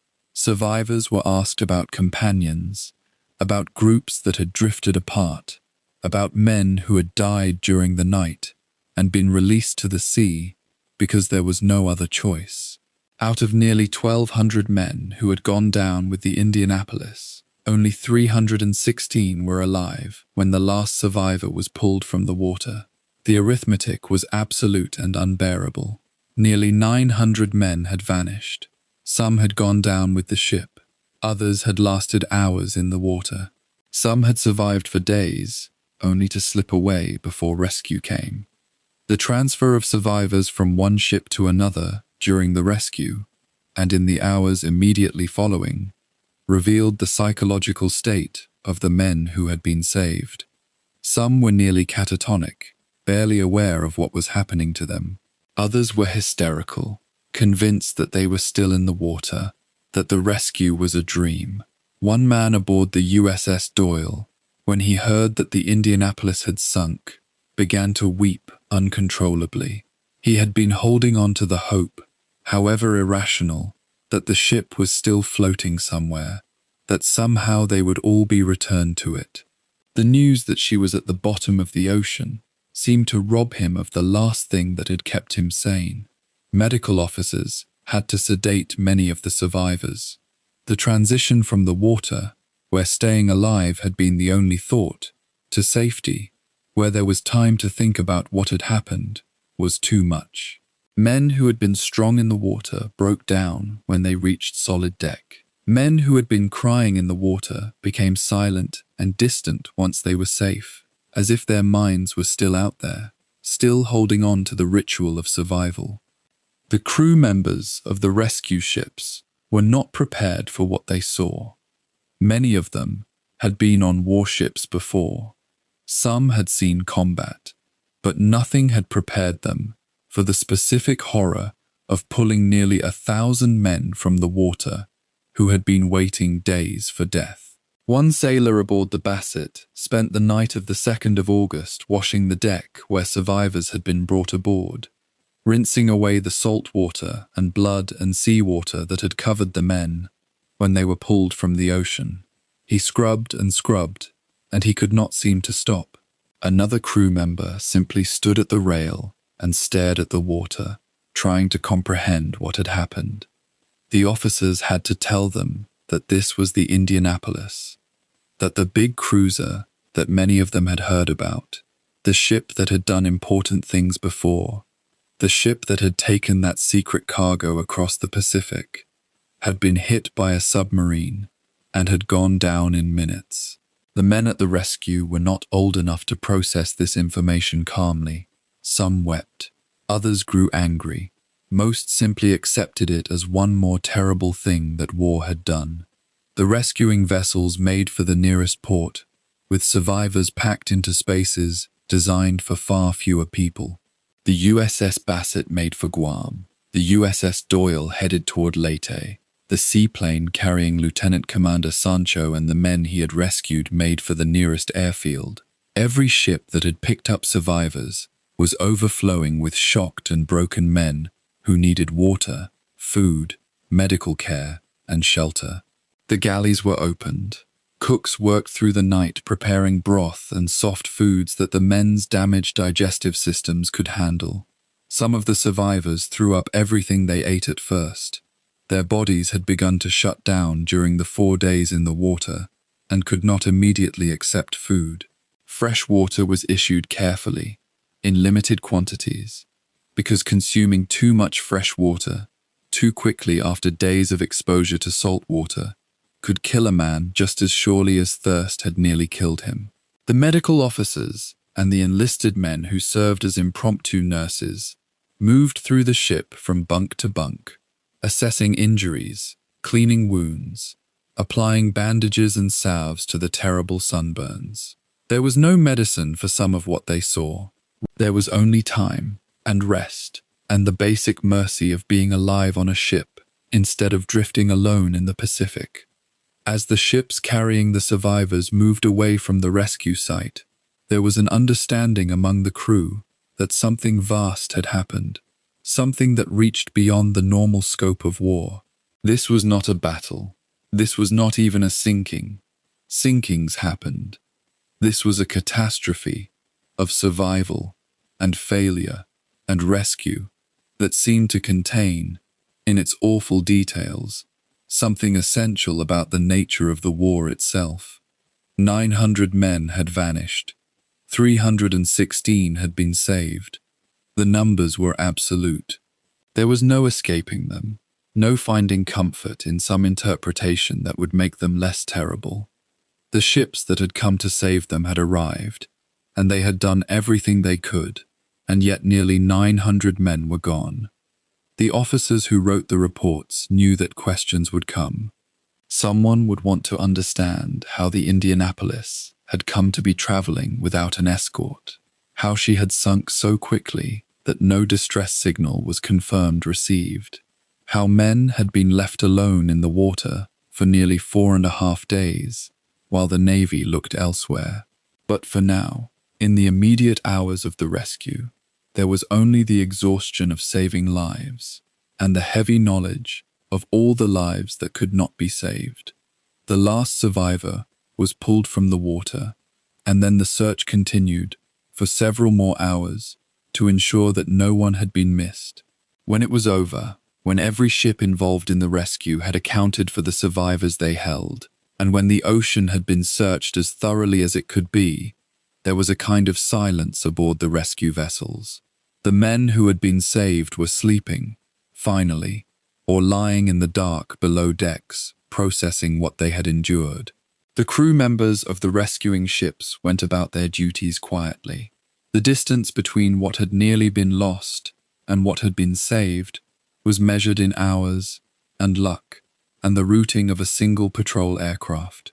If that plane had not spotted the oil slick, if one more day had passed, if the sharks had been more aggressive, if the sun had been any hotter, the men who had pulled survivors from the water understood, without having to be told, that they had been present at the edge of something, that they had reached across that edge and pulled back some of those who had nearly slipped away.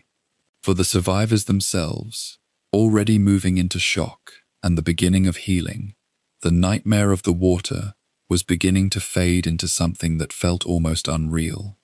They were alive. The water was beneath them now. The horror was over. But for the Navy, and for the captain of the Indianapolis, the true reckoning was only beginning.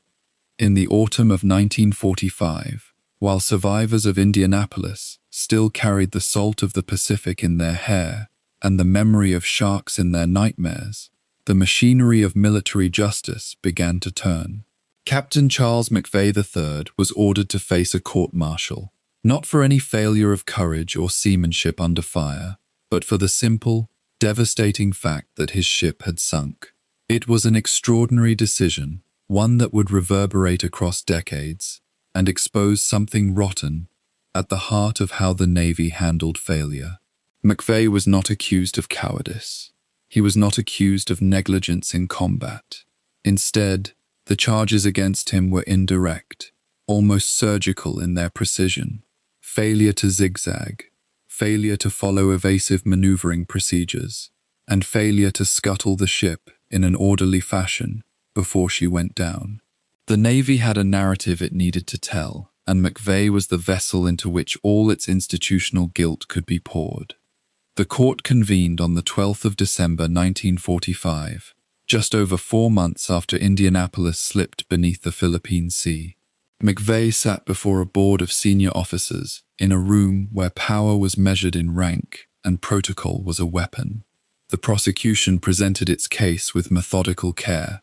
The captain, they argued, had violated standing orders by not zigzagging through waters he knew to be dangerous. Submarine I-58 was in the area. McVeigh had been warned. He had a responsibility to execute every defensive maneuver available to him. The logic was seductive in its simplicity. If only the captain had ordered the ship to zigzag, perhaps the torpedo spread would have missed. Perhaps Indianapolis would still be afloat. The prosecution built its argument on the foundation of procedure, on the assumption that war at sea could be rendered safe If only every captain followed every rule with perfect obedience. But there was a problem with this argument, one that sat in the room like an uninvited guest, and no one wanted to speak its name. The Navy had known that Indianapolis would be crossing enemy waters without escort. The Navy's own routing procedures, its own administrative systems, had failed catastrophically. McVeigh had not routed himself. He had not chosen his course alone. The system that sent him into harm's way, without protection, was the same system now prosecuting him for the results. Then came the prosecution's most controversial decision, the decision that would come to define the entire proceeding and overshadow it for generations. The Navy called Commander Mochitsura Hashimoto, captain of the Japanese submarine I-58, to testify. Hashimoto had surrendered to American forces after the war's end and was being held as a prisoner. The prosecution brought him across the Pacific and placed him in a witness box to testify against an American officer. Hashimoto, through translators, offered his assessment. The zigzagging, he said, would not have mattered. He had been in position to fire. He had had a firing solution. Whether Indianapolis wove and turned or sailed straight, I-58 would have struck her. It was a moment of extraordinary irony. The only man in the world who could speak authoritatively about whether McVeigh's alleged negligence mattered was the man who had fired the torpedoes. And that man, by his own testimony, suggested that it did not. But the prosecution had made a strategic miscalculation. They had called Hashimoto, expecting him to confirm their narrative. Instead, he had contradicted it. His testimony should have vindicated McVeigh entirely. It should have demonstrated that the failure to zigzag was not the cause of the sinking, and yet the court-martial continued. The narrative, once set in motion, could not be easily stopped. What emerged during the proceedings was a portrait of a deeply conflicted captain, a man who had served with distinction through the war, who had survived the sinking and the ocean, who was now facing accusations that seemed designed to absolve the Navy of its true failures. McVeigh's defense mounted arguments about the conditions under which Indianapolis had sailed, the lack of escort, the failure of the Navy's own communication systems to track her movement. But these arguments were difficult arguments to make in a military courtroom, where the chain of command was sacred, and questioning the system itself was seen as a form of disloyalty. The naval hierarchy that had failed McVeigh was now judging him. The court was made up of senior officers who had themselves benefited from the same system, who understood intuitively that if McVeigh was exonerated, uncomfortable questions would have to be asked about the Navy's own procedures, its own personnel, its own institutional competence. Better to sacrifice one captain than to interrogate the whole structure. The verdict came down on the 5th of January, 1946. McVeigh was found guilty of failure to zigzag.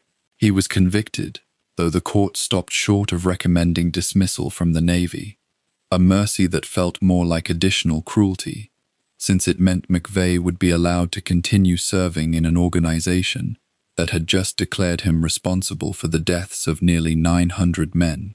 The sentence itself was a fraction of what it might have been, a reduction that some observers interpreted as the court's own private acknowledgement that something was wrong with the proceeding. But the damage was done. McVeigh's name had been officially attached to the disaster. In the public consciousness, the narrative crystallized. The captain had been reckless, and the captain had paid the price. The complexity was erased. The institutional failures, the routing system that no one had been responsible for confirming, the port director's office that had not expected her arrival, the assumption that someone else was tracking her, these remained hidden behind the simpler story of one man's lapse in judgment. What made the court-martial even more remarkable and more troubling was that it was unique in the entire history of the United States Navy in the Second World War. No other American naval captain was court-martialed for losing his ship to enemy action. Not one. Across 4 years of savage Pacific combat, across dozens of vessels sunk by Japanese attacks, McVeigh alone was selected for this trial. Other captains whose ships had been lost to submersible attack, to aircraft, to surface bombardment, they were allowed to fade from public view or were reassigned to new commands. But McVeigh was made into an example. The question that haunted the court-martial then, and haunts it still, is simple. Why him? The answer lies in the particular vulnerability of his case. McVeigh was not killed in the sinking, as some captains were. He survived, which meant he could be tried. The sinking occurred in the closing weeks of the war, when the American victory was assured, and the appetite for examining the Navy's own failures was non-existent. The publicity surrounding the discovery of survivors, nearly 5 days after the sinking, had created intense public interest. The Navy needed to answer the obvious question: how could nearly 1,200 men be left in the water for 4.5 days? It was a question that implicated not just McVeigh, but the entire chain of command, the routing system, the tracking procedures. By focusing the spotlight on McVeigh, the Navy deflected it from itself. The court-martial also revealed a profound institutional anxiety within the Navy about the nature of command and responsibility in modern warfare. McVeigh had not been in direct combat when his ship sank. He had been crossing open ocean under what he understood to be normal cruising conditions, conditions that the Navy itself had created by routing him into those waters. He had made a tactical decision about zigzagging based on information available to him and customary naval practice. The Navy's stance was that he should have done more, should have been more cautious, should have followed procedures with absolute rigidity. But this argument was built on the premise that a captain alone could protect his ship through the sheer force of his own vigilance and his own strict adherence to rules. It ignored the reality that naval systems are complex, that information flows are imperfect, that decisions are made with incomplete knowledge. McVeigh had not been negligent in any normal sense of the word. He had been unlucky. He had been sent into harm's way by a system that failed to protect him. And then he had been tried for the consequences of that failure. The psychological toll on McVeigh was immense and immediate. Even before the verdict, he began receiving hate mail, letters from families of those who had died, from the American public, from people who had come to believe that the captain was responsible for the disaster.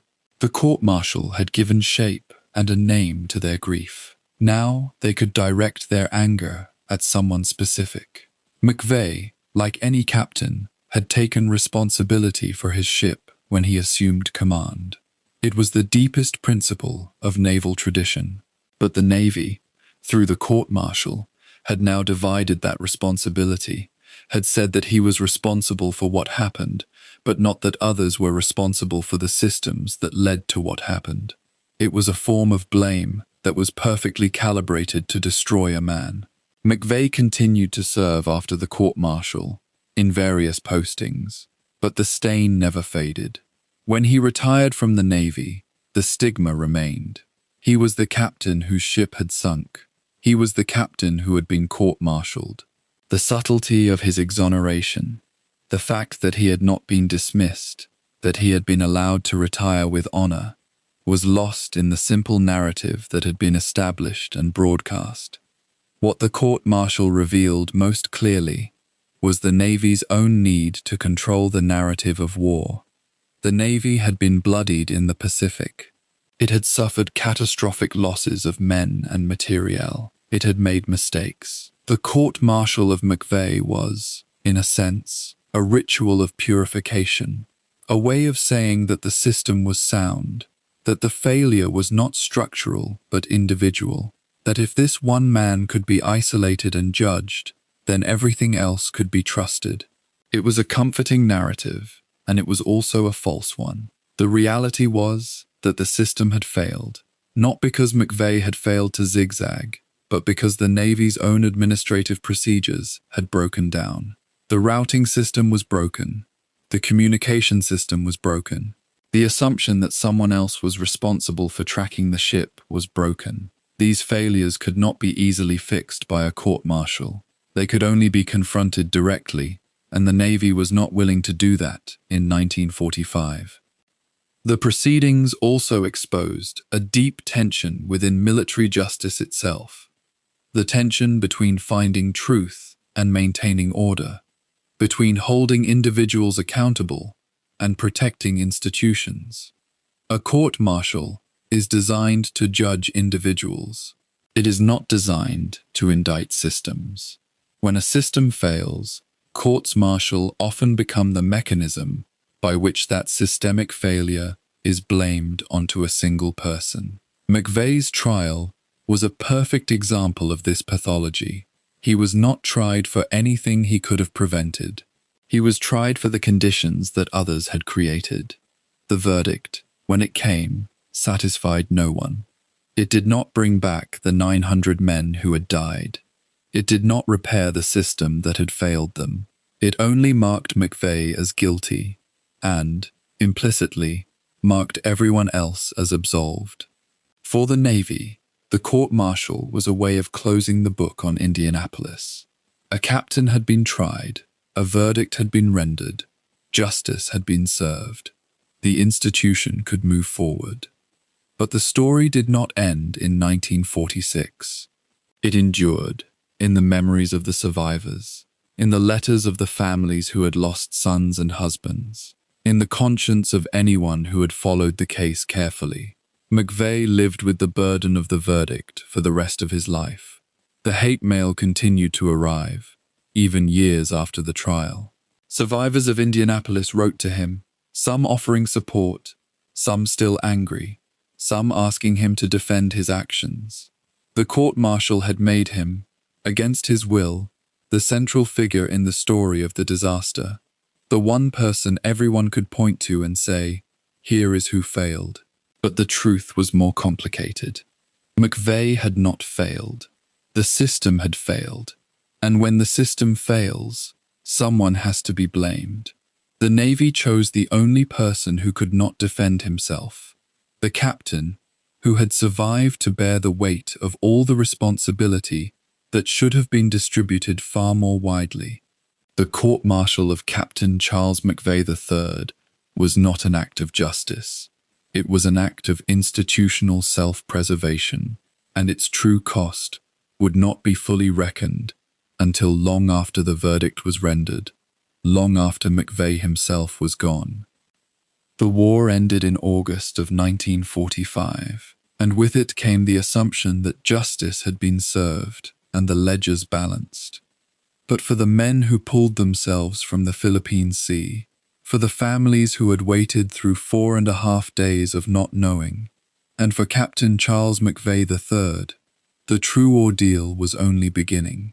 The court-martial had issued its verdict in December of that year, guilty on the charge of hazarding his ship by failing to zigzag, guilty of negligence, but without the conviction that would have meant dismissal from the Navy. McVeigh was allowed to remain in service, his record stained but not destroyed. Yet in the eyes of the American public, and in the estimation of his own institution, he had become something else entirely, a scapegoat, a symbol of failure in a Navy, desperate to protect itself from scrutiny. What followed were not 50 years of peace, but 50 years of a different kind of warfare, one fought in letters, in newspapers, in the quiet shame of a man who saved his crew, only to be told by his nation that he had failed them. The hate mail arrived within weeks. Anonymous letters found their way to McVeigh's home.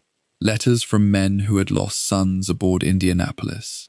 Letters from strangers who had read the newspapers and formed their own judgments without ever knowing the facts. The handwriting on the envelopes was often careful, sometimes trembling with rage. The words inside were harder still. Some writers blamed McVeigh for his arrogance in refusing an escort, though he had no power to refuse the orders he was given. Others held him responsible for the lives lost in the water, as though the captain could have willed the rescue to come sooner, or prevented the sharks, or commanded the sun not to burn so fiercely on the fourth day. A few letters were written by men who had served with him, men who knew him to be capable and cautious, but they were drowned out by the chorus of accusation. McVeigh kept the letters, tied them in bundles, and carried them with him for the rest of his life. They became a kind of ballast, a weight he could not set down, a permanent reminder that survival itself had become a form of guilt. The survivors, meanwhile, began the ritual that would sustain and haunt them in equal measure, the annual reunion.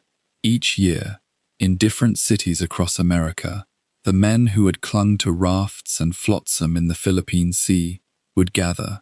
They were growing older now, the hair turning grey, the bodies that had been burned by sun and salt and torn by sharks beginning to fail in the ways that bodies do. At the reunions, they told the same stories. They had to, because no one else seemed willing to believe them.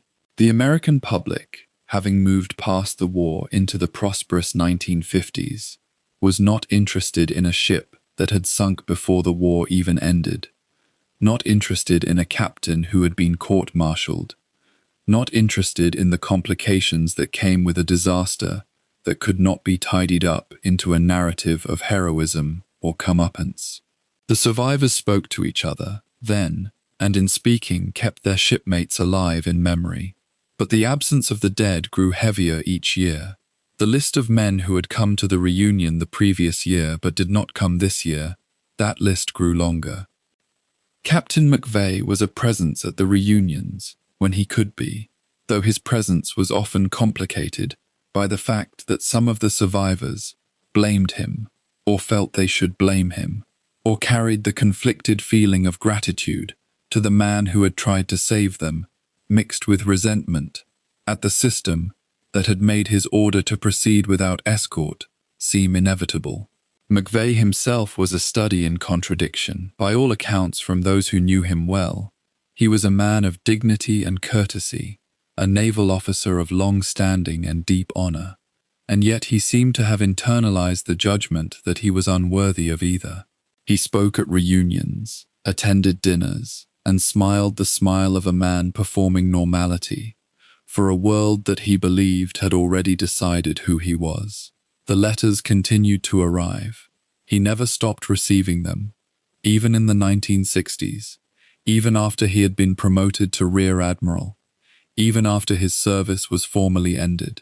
They arrived because somewhere in the American consciousness, Indianapolis was synonymous with failure, and McVeigh was the face of that failure.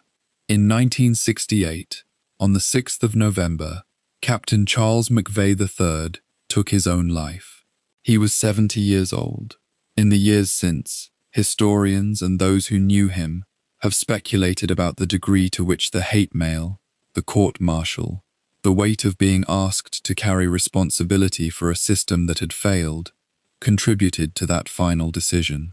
There is no way to know with certainty. What is known is that McVeigh died, believing, still, that his nation held him responsible for Indianapolis.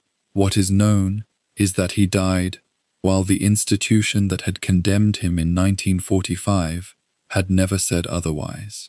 What is known is that the survivors were left without the man they had looked to, and without the closure of seeing him vindicated while he could still know it. The decades passed. The survivors grew fewer.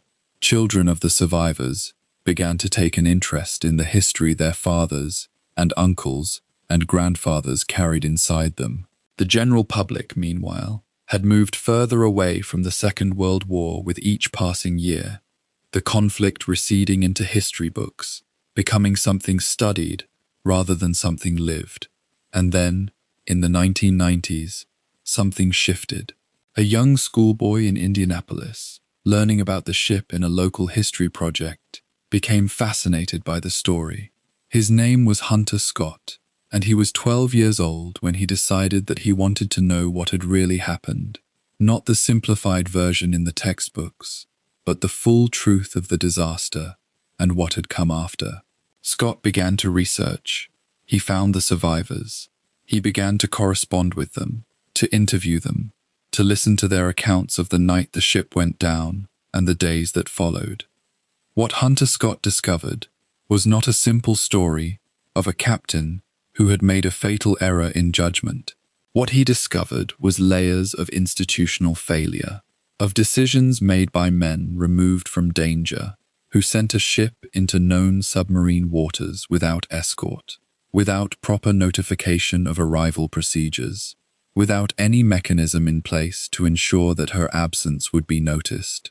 He discovered that the routing officer at Leyte, who should have tracked Indianapolis and raised an alarm when she failed to arrive on schedule, had instead received standing orders that expected her arrival to be reported, an expectation that was never clarified with the port director.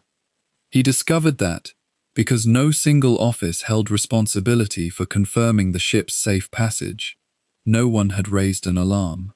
He discovered, in other words, that the court-martial of McVeigh had been not an act of justice, but an act of institutional self-protection, a way of assigning blame to a single man, so that the Navy need not confront the systemic failures that had led to nearly 900 men dying, not from the enemy's torpedo, but from the Navy's own negligence.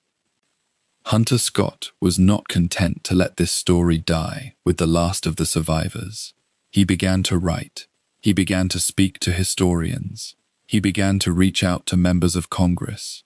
And he convinced other school children in Indianapolis and then in other cities to take up the cause. By the 1990s, more than 50 years after the court-martial, a movement had begun.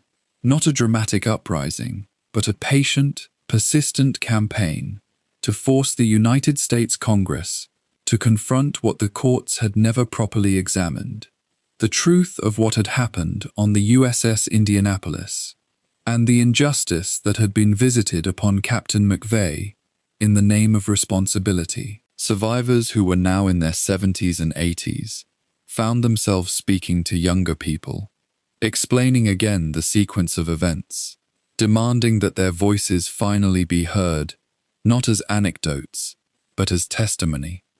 The Navy, perhaps sensing the pressure, began to shift its own position. Documents were released. Investigations were reopened. The testimony of Commander Mochitsura Hashimoto, the commander of the Japanese submarine that had sunk Indianapolis, was revisited. He had stated clearly that he did not believe a zigzag pattern would have saved the ship, that he had a target and he would have fired, that the sinking was not the result of any failure on McVeigh's part, but simply the consequence of being in the wrong place at the wrong time in a vast and deadly ocean. But by the time these truths were acknowledged,